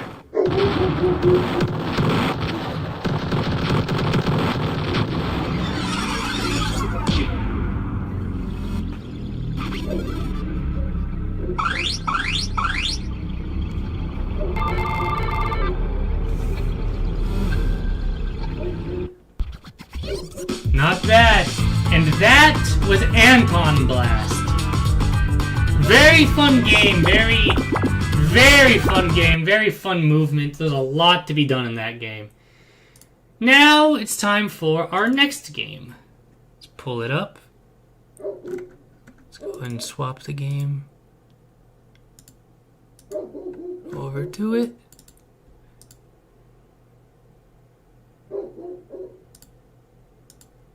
Okay. Next up we have Billy Bust Up. A musical 3D platformer, I believe is what they called it.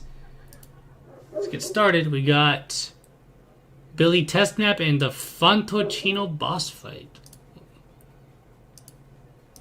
We'll go into the test map first to start.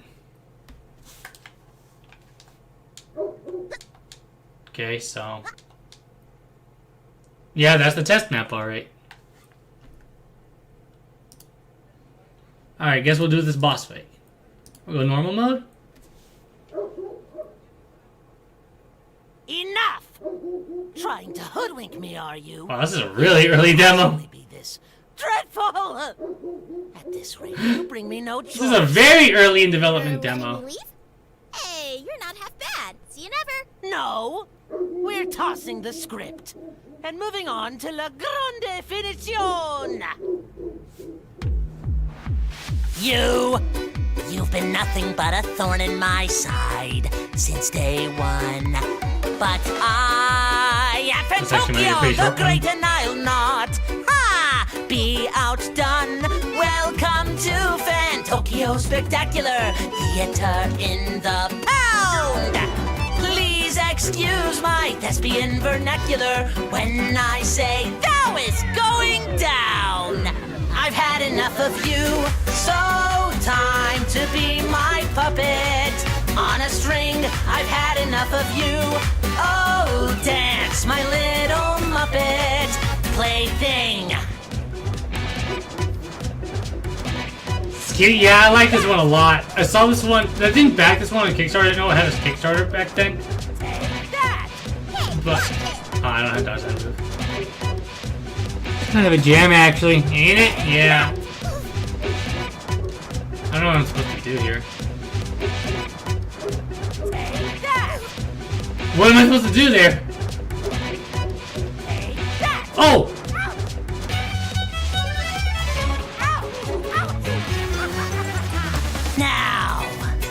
The audience is thirsty for fun. Time to run. 'Cause now your denouement has already begun. That means you're done. We could both be pirates on the sea. You'll swap the deck and play a part for me. Mobs galore, you'd better keep it clean. Watch out now, my little friend, 'cause Sharkspeare's looking mean. I've had enough of you, so time to be my puppet. On a string, I've had enough of you. Oh, dance, my little Muppet. Plaything. Oh, come on. Oh, I was killed! Yet, take two. I was killed! Okay, let's do this. You've been nothing but a thorn in my side since day one. But I am from Tokyo, the great, and I'll not be outdone. Welcome to Fan Tokyo Spectacular Theater in the Pound. Please excuse my thespian vernacular when I say now it's going down. I've had enough of you, so Gotta love the good theater theme, boss. be my puppet. Yeah. On a string, I've had enough of you. Oh, always a lot of dance, fun. my little Muppet plaything. Take that.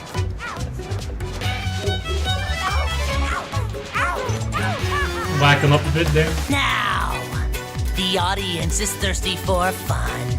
Time to run.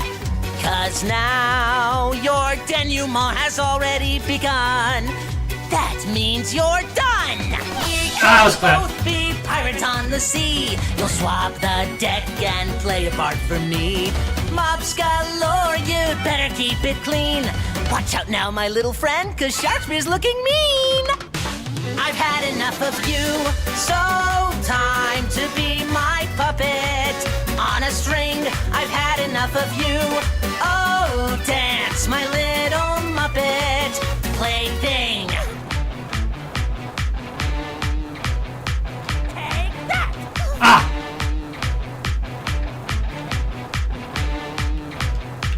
Take that! Oh, it does twice now! Okay. Take that! Woo! Battle like no other. Better move, 'cause here's another. At least you'll get to see defeat in epic style. The audience is primed, each attack right on time. Seeing you entwined is so worthwhile. But why stop there at a lion, a bear? What's wrong, my petite cher? Why don't you smile? The final act is sure to be a theatrical plot twist worthy of a prize. No, no, no, no. What? Top! I was getting into it! I was killed again! Ah! You've been nothing but a thorn in my side since day one. Nah. But Yo, hold on. Accessibility settings, hold on. Darn it! Settings.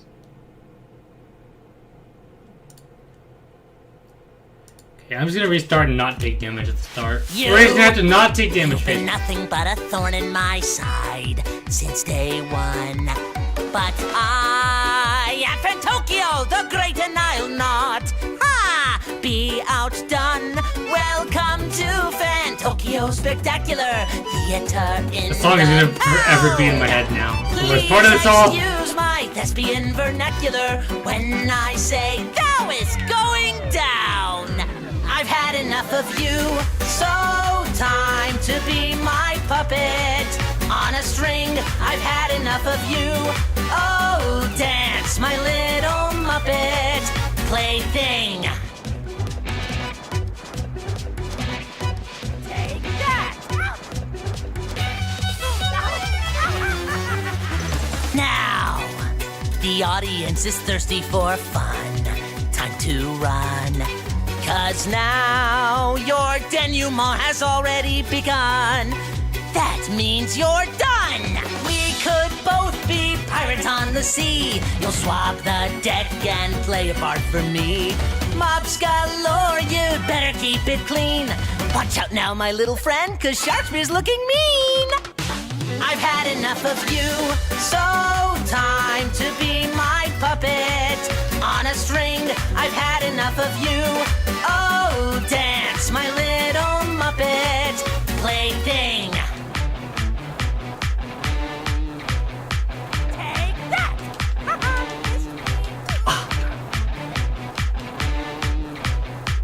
Take that!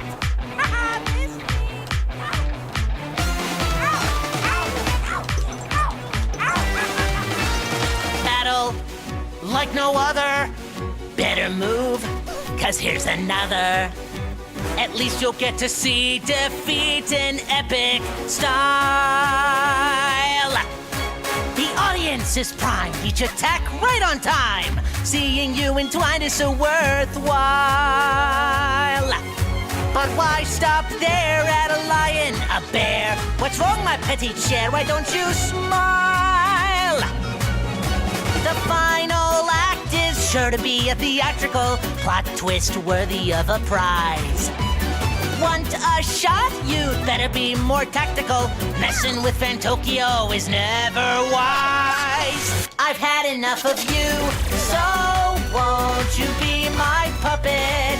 On a string, I've had enough of you. Please. Oh, I'm gonna totally die again. I'm sorry. Plaything, I'm up to here with you. So why don't you finally face it? Your fate is sealed, and everything you do is what I say. Starting now and every day, you'll be my puppet, learn to love it. Every word I say you'll covet. Start anew, stuck like glue. Bid your former self adieu, 'cause I've had enough of you.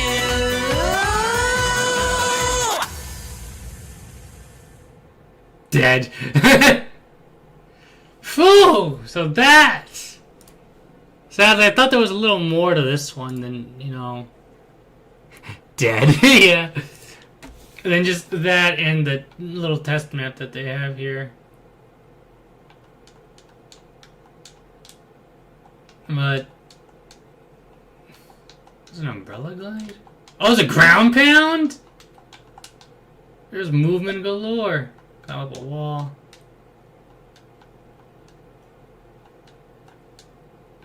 Oh!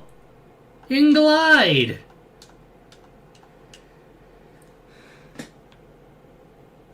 Is it just near to the boss's voice sound like SpongeBob? Tom Kenny in the reel. How 2 games now where you where there's the pole where you swing off of that and bounce up somewhere.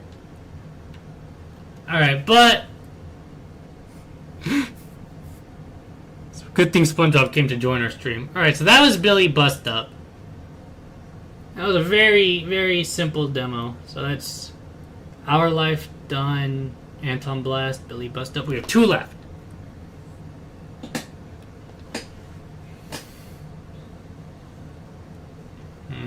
Oh yeah, I'll do this one next. Okay. Actually, no, I won't. I'll do the other one. Yeah, okay. I know what order I want to do this in to keep things spicy.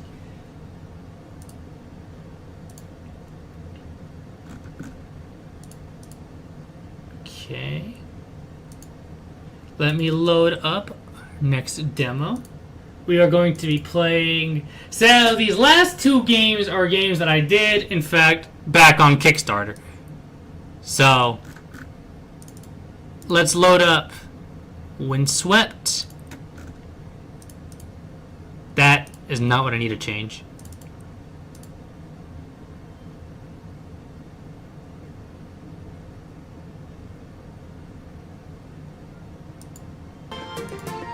Okay. Welcome to Windswept. This is a game developed by Weatherfell Games, and it is a game inspired by the Donkey Kong Country series.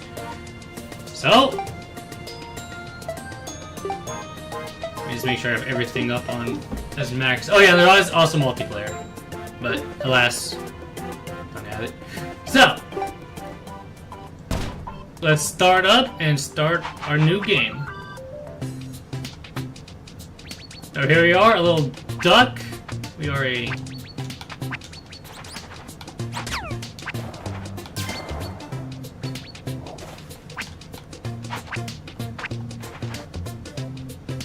This game is also made for speedrunning. I believe the developer is a huge speedrunning fan, so... I know there's a speedrunning channel in the Discord server for it. Now we got our turtle pal!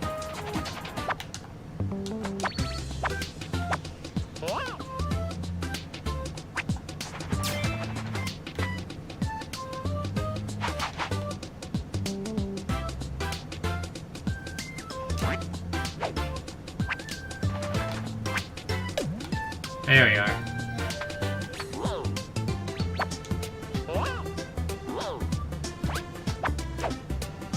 Ah. There we are. That's a checkpoint.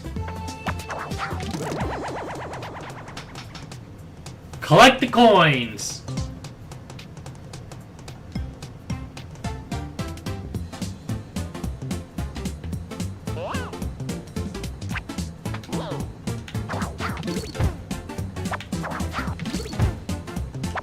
I wasted time. I wasted so much time! No! I'm bad! Retry? Yes. That would be an honor to retry that.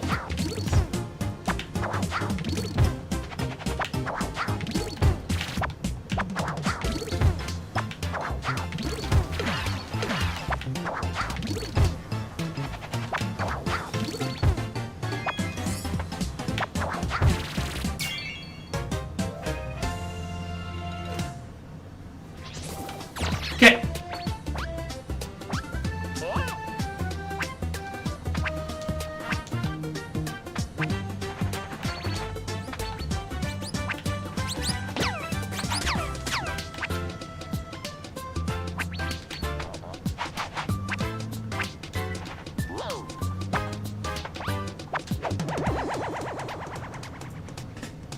Reach the goal!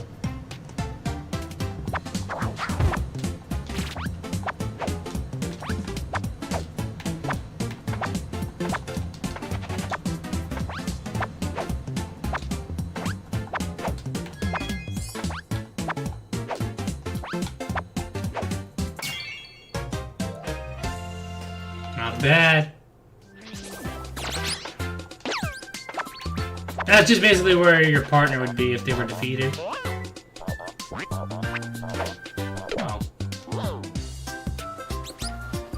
Oh, I think I needed him for this.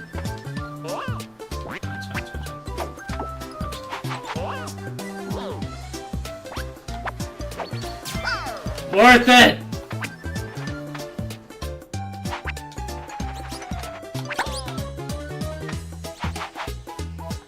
See, I didn't screw up. Everything's fine.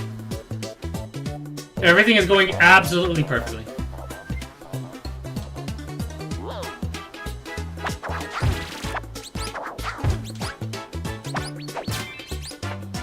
Comet!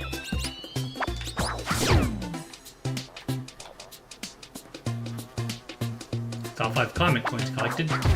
Jump.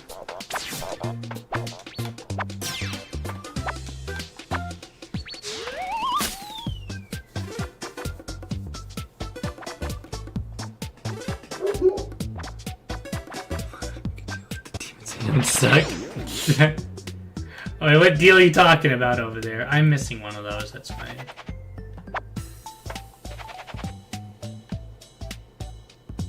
Okay. That's what we're looking at over there. Welcome, Demon Fox King! We're currently playing Windswept.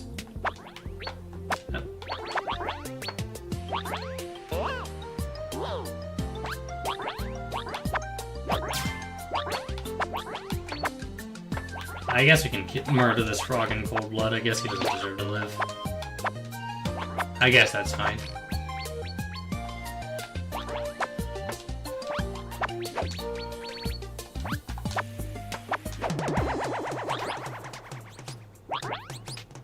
Defeat the baddies!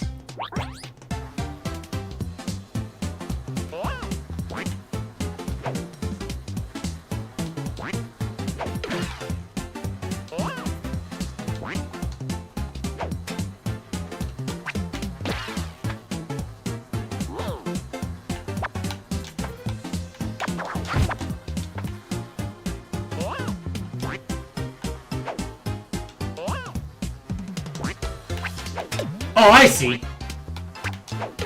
There we are. Perfect. I figured it out. It's okay. There's no cause for alarm. I figured everything out. Okay, now we go up.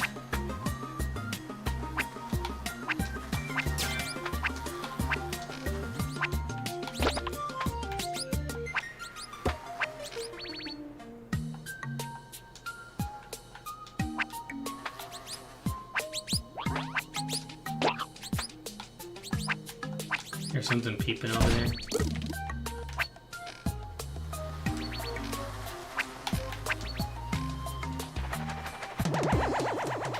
Oh boy! Alright, made it. Reach the goal! Alright. I have to, if it's just reach the goal, I don't care about any of you. I only care about one thing, and that's fire movement.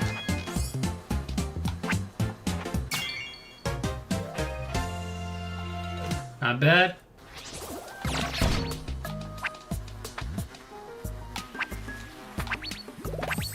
Checkpoint.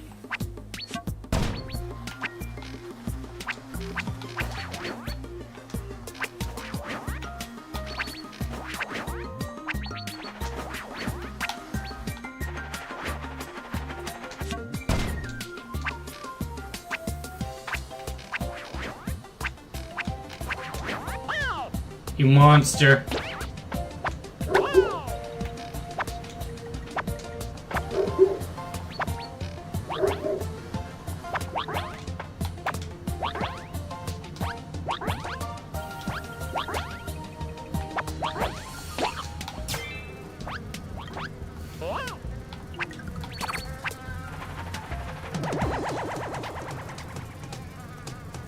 Collect the coins.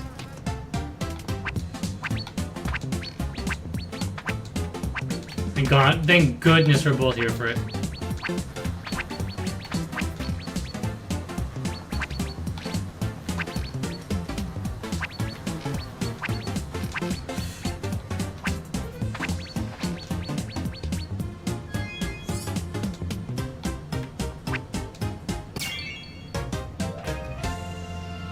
Nice.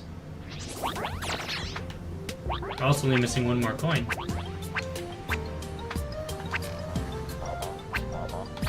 So let's just keep our eye out for that last coin and we'll be good.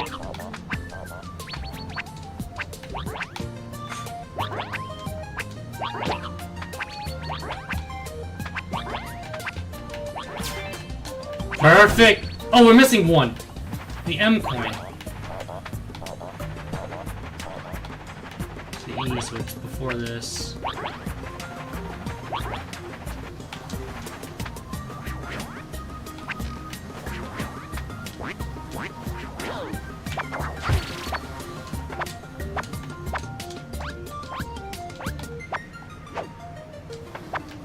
Oh.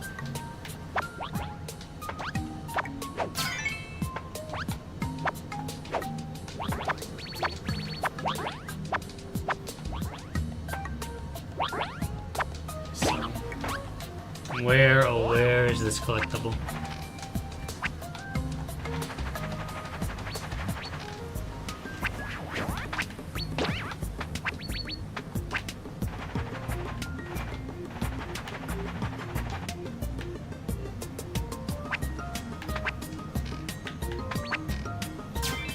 Aha!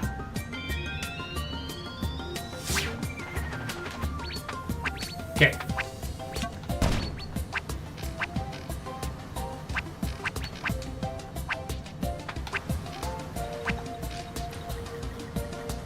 That's literally everything in this stage.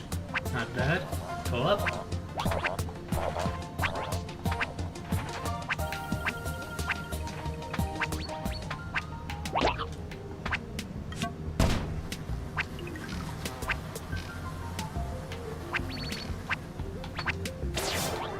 Oh, okay. I guess we made it out. No! Oh yeah, I can still get that. Absolutely, I can still get that.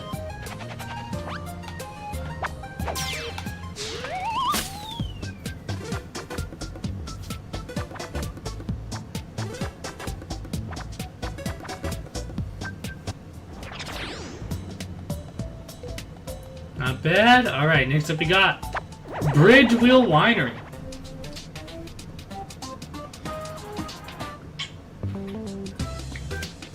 Ah.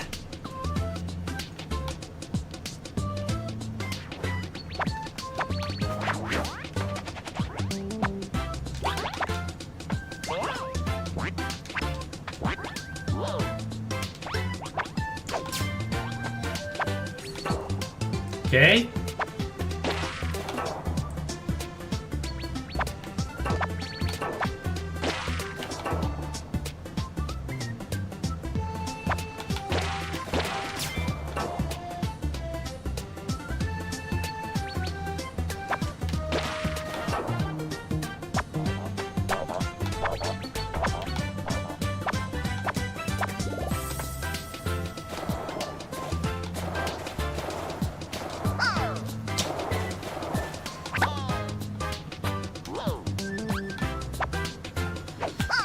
Ah!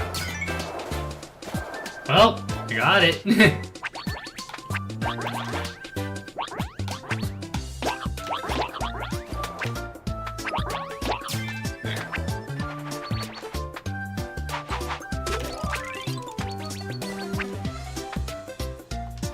I sure would love my little turtle friend eventually. I think that'd be just great to have. Where's my little turtle buddy?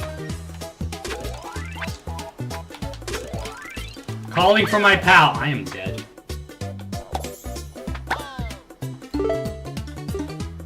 Okay, that still counts as collected. Later, dweebs! Okay, good. So we don't need to collect these again. Oh my gosh, really? There was no reason for me to do that either, which is the worst part of all that.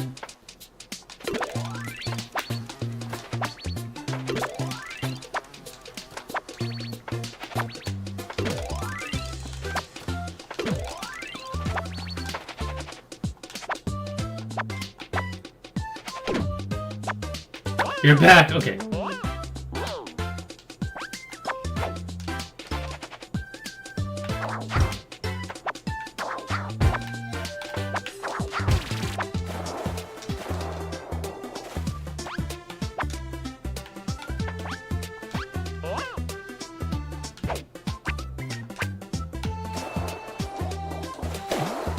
Ah!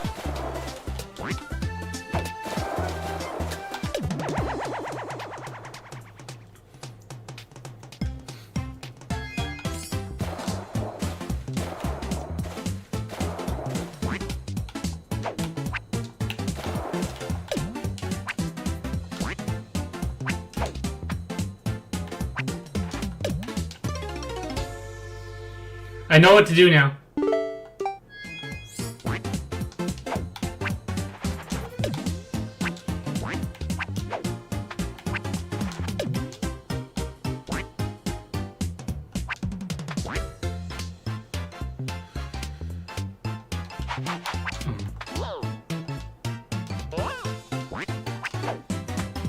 Okay. That was all I had to do. I was like really overthinking that. Nice.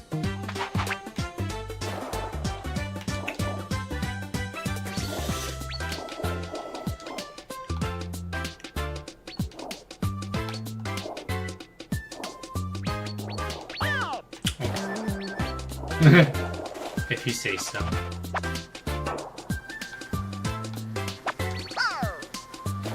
Well, at least he's not alone anymore. You, come here.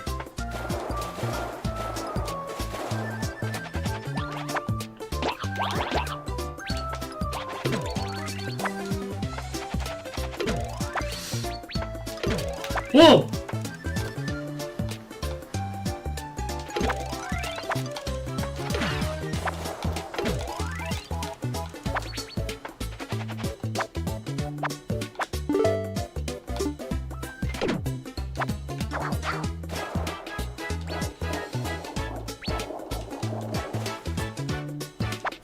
Okay, let's try this again.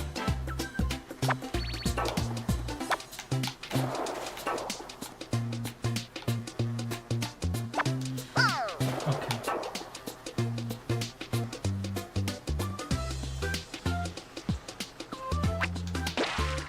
Not nearly as much completion of this level.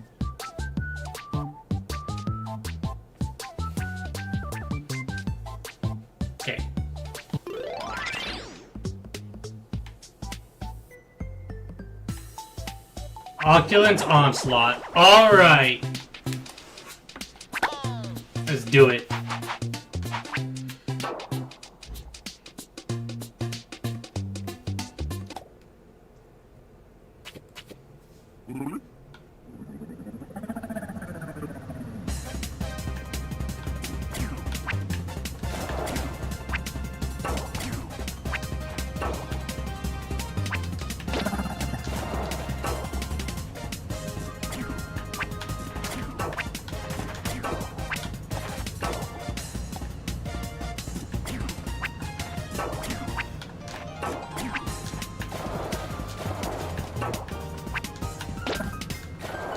That count? I don't know if it counted or not.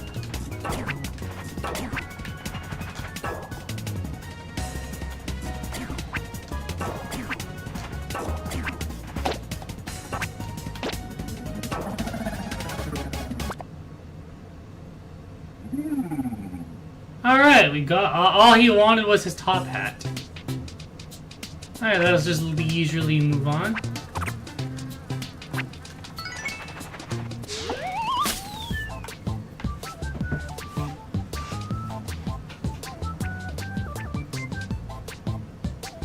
Ooh.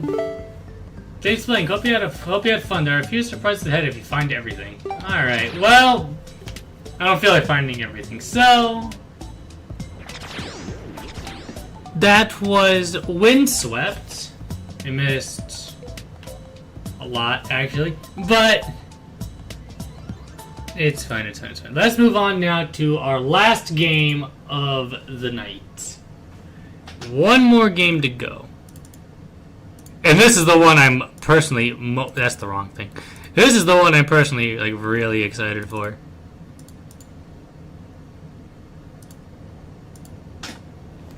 So, welcome to Geno Kids. Developed by Nukefist Games. This game is... Wow, this is the last game of the night. I backed this game on Kickstarter. Of course I did. So this game started as a Kickstarter a few years back, and its first Kickstarter failed. They weren't able to hit their goal. So it came back a couple years later, last year. God love a moon with a fucked up face. Absolutely, always a good thing. Always a good touch. They came back years later and started another Kickstarter for Geno Kids, which did get funded, and this demo was a playable demo they had. So... it's up on Steam. The demo's on Steam. Yep. Guess we're not crossing through here. Not with that attitude. Here we go again. Let's see. Look at it!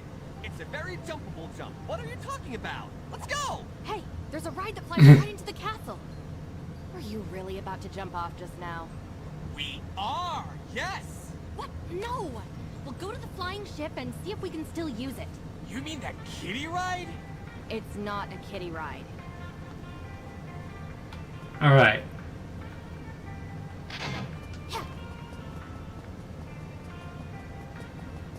Get moving. And yes, we're ending off on one last 3D game.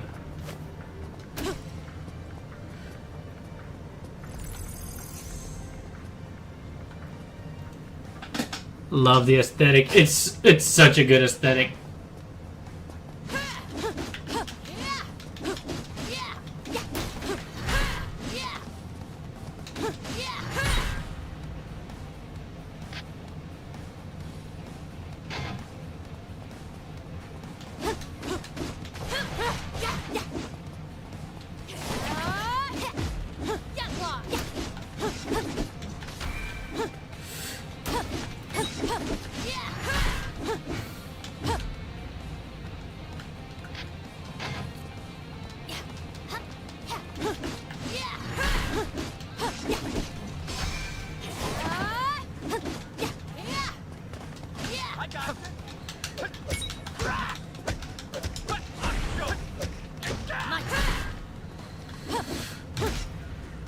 Yes, I'm aware. I know how to team. I know how to character switch.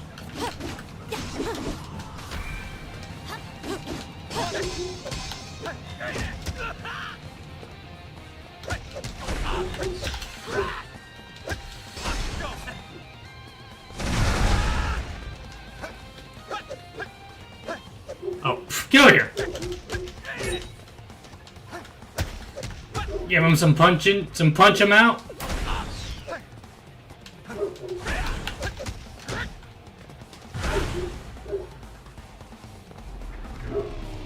My turn.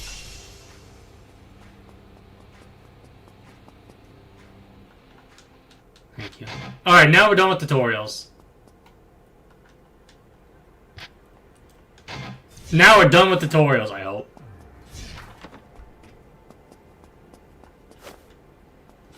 Whoops, keep doing that by accident.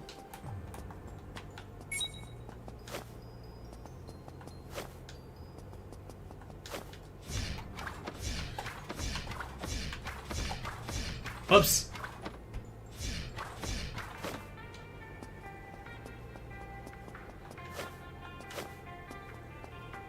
Let's head up here. Head over here. We're moving. On it. Okay, he just has the gauntlets there. Okay. So the story for this game is that these four main characters are members of a band. And some monster stuff happened during one of their concerts. So now they have cool powers and they gotta stop it. This is the basics of it.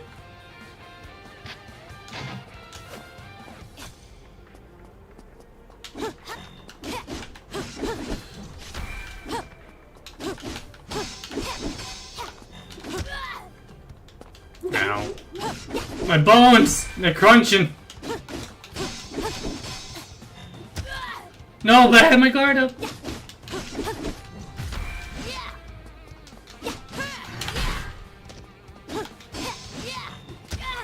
Wow, I keep getting clobbered! That was bad. Alright.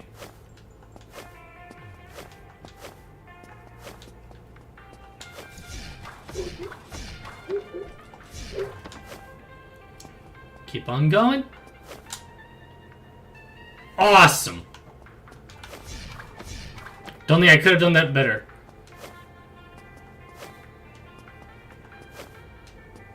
Now, what's a good action? What's a good action hack and slash without a little bit of platforming here and there?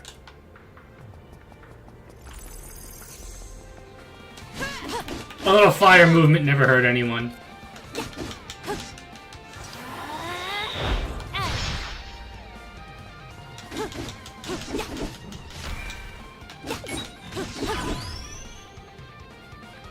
All right.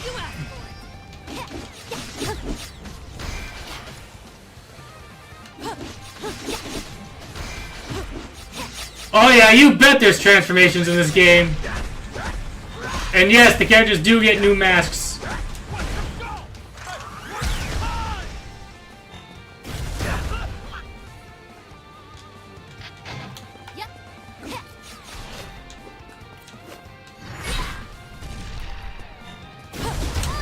Yeah, this game is wild.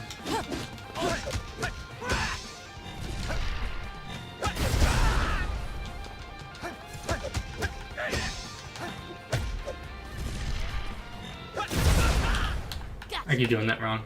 It's fine, it's fine.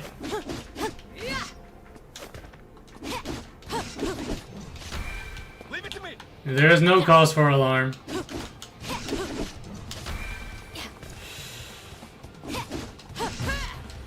Okay. Down. Another one easily defeated. Ignore my comically low HP. Actually, my HP's fine. The more I look at it. Yeah, no, we're good. Ow.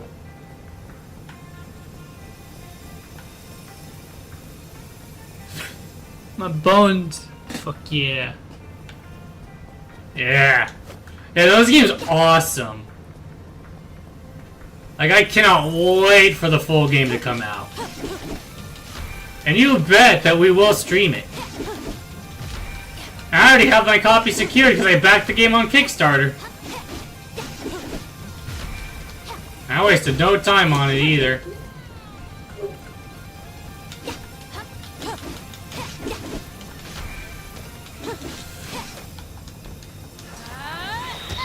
Ow. Ah! Ah! dare you hit me during my cool super move charge up? I got you.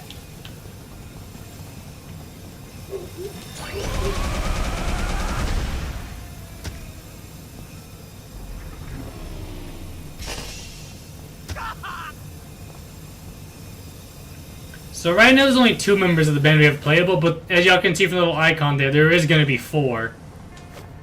So that's going to be fun. I really can't wait for this, like for the full thing to come out.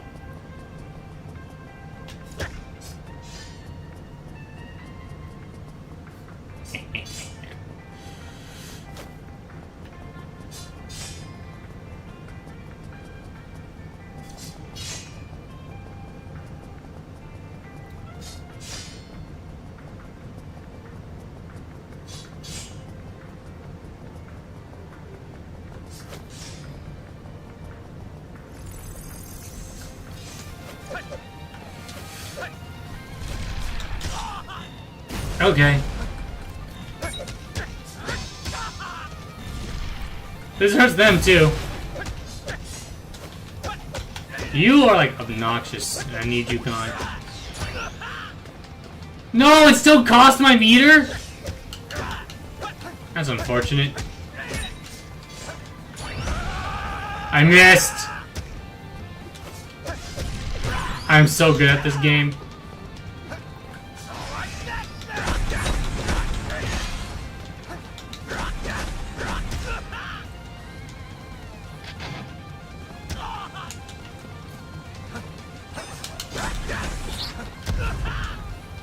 Wow, we're getting clobbered out here right now.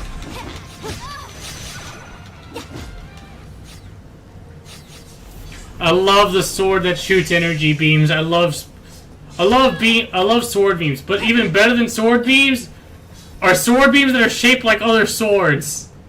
So you're just shooting out energy swords. Coolest shit ever, man.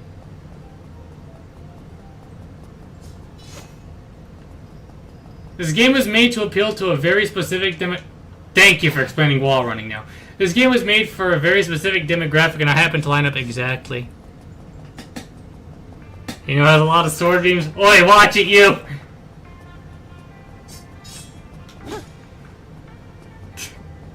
I have a feeling I know what you might be about to bring up.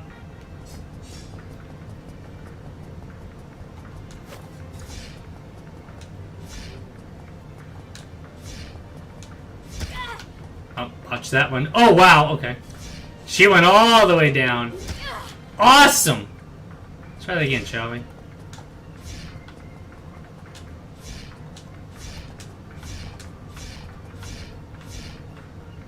There we are.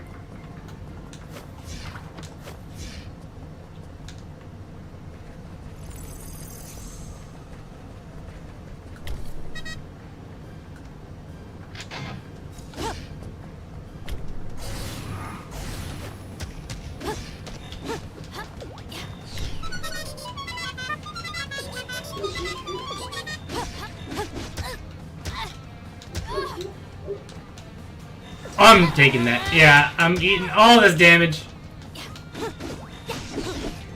I have a feeling. I knew it.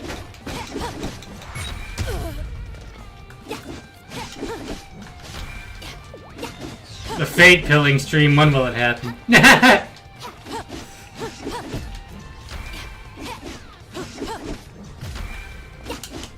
You're done.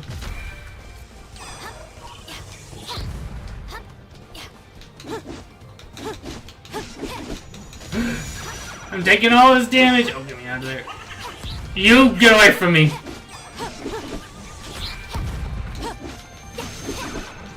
Okay, there's one down.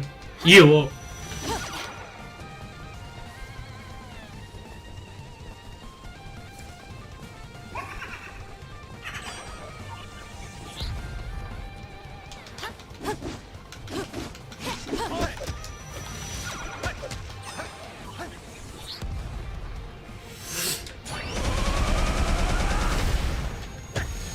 Awesome. All right.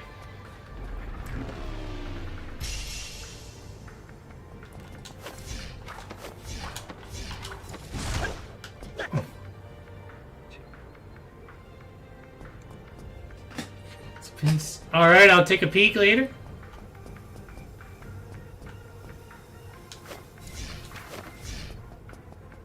I'll take a look after stream. Let's see what we're looking at. Go.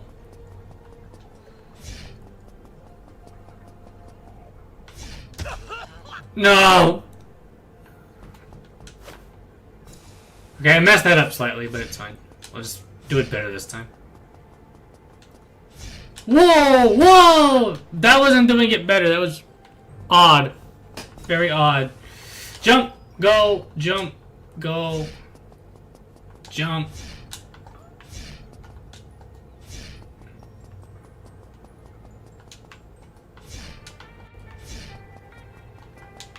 Oh, I see! There we are. I was just messing my own movement up. Alright.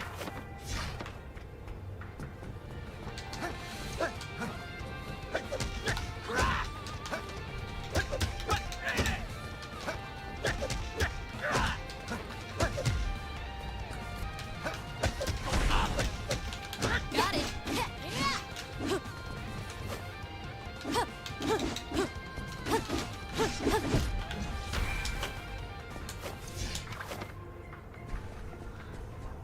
Okay, and we'll bust this up. Alright.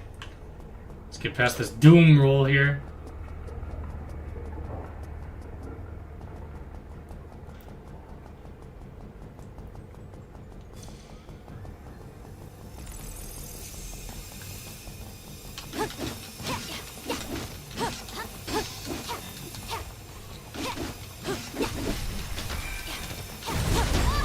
Of course!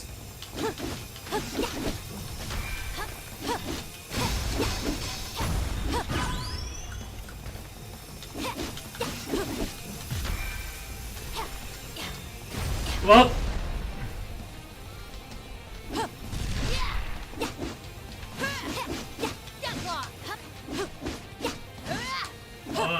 There we are. Back up! Ah, no, I got caught! Bugger, I'll use it. I'll use it. I hate these guys. I use this to destroy them.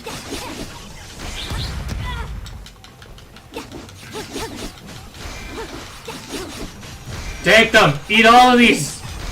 Alright.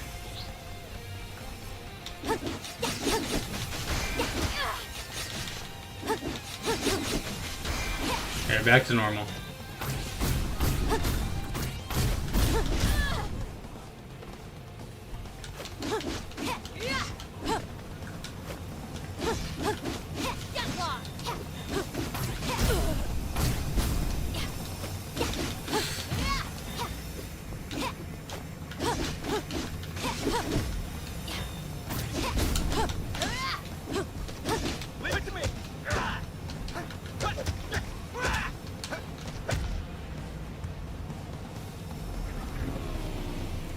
Oh boy!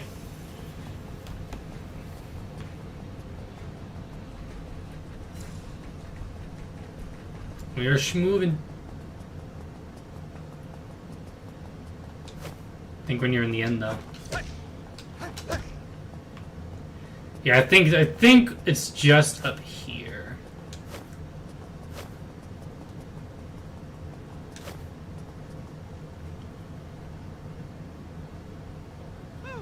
Fine. You know, I always wanted to ride one of these. Yeah, me too. Wow, really? Of course not.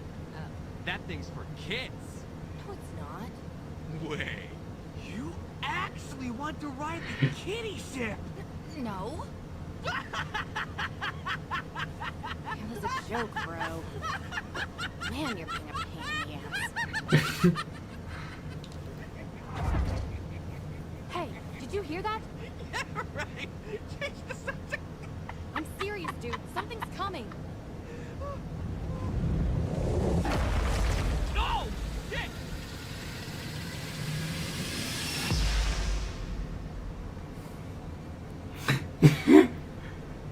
All right. What do we call this one? Valkyrie. Man laughs like a freaking hyena. He does. Man goes wild. Oh, that's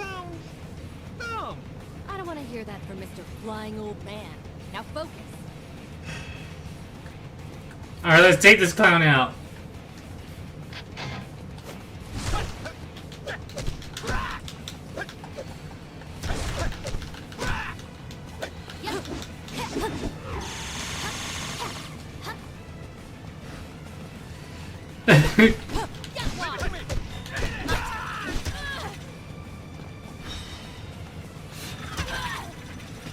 Well, it looks like something got an ultra kill. Yeah, dude, don't it? Oh my gosh. Okay, hold on. I'm getting clobbered out there.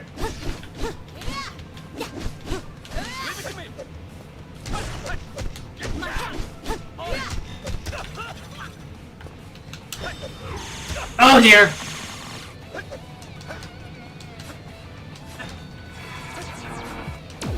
Oh, that's a beam. I'm really stupid. Alright, let's do this.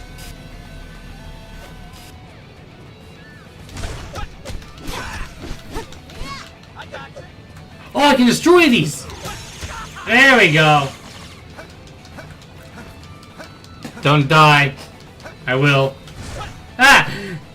I know. I probably am gonna die at least once. Can I block this? Oh! You block it!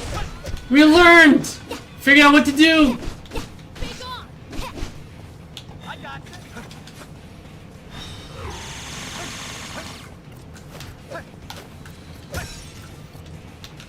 There we are.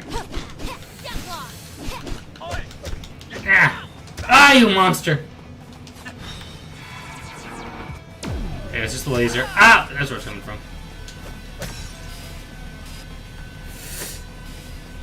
We're toasted, man! No, ultra kill thing, don't! Ow. Oh dear!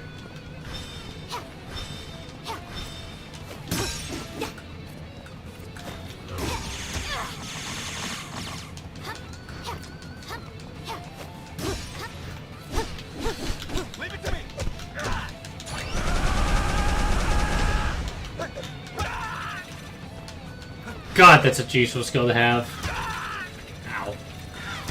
Stop it, please! I'm just a funny guy! Okay, it's laser time, right?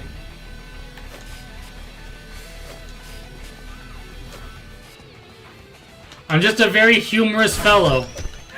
Oh.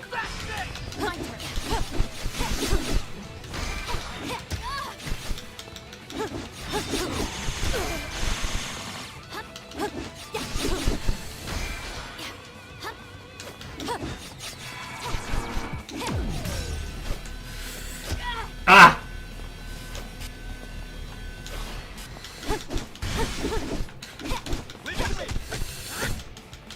Nope! Nice try.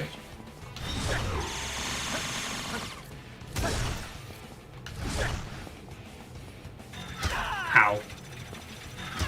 Oh.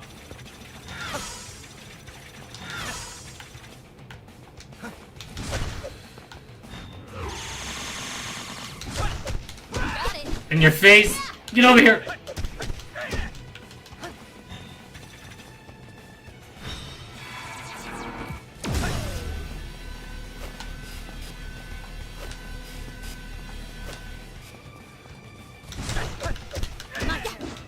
Oh!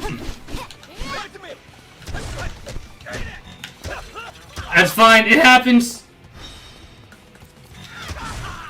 I like to break this piece. Okay.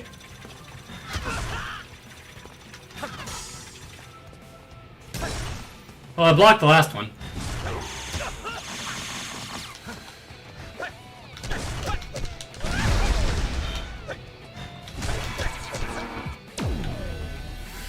We almost got this clown down! Oh, you're done. You're so done! Get out of here!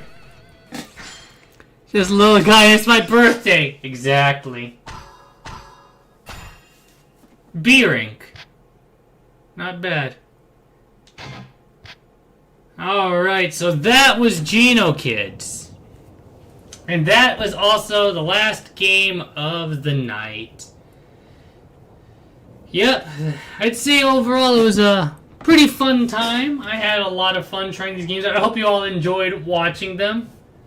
I definitely put a lot. If you have any other games like this, like upcoming indie games that aren't out yet, but they have a demo out, put them, send them to me either on Twitter in the comments. That's about it. Mention them somewhere, and I'll put more. We can do another stream like this sometime. Hope you all enjoyed this one. This was a lot of fun of a stream to do. We went a little wild. So. That's going to be it. Thanks, everyone, and I'll see you all next time. Tomorrow's stream is Pikmin 2 on Twitch. We're going to the Wistful Wild, the final area of the game, the part of Pikmin 2 that hates you more than anything. So it's going to be a lot of fun. You're not going to want to miss that. Thanks, everyone, so much for coming out, and I hope you have a great night. Bye.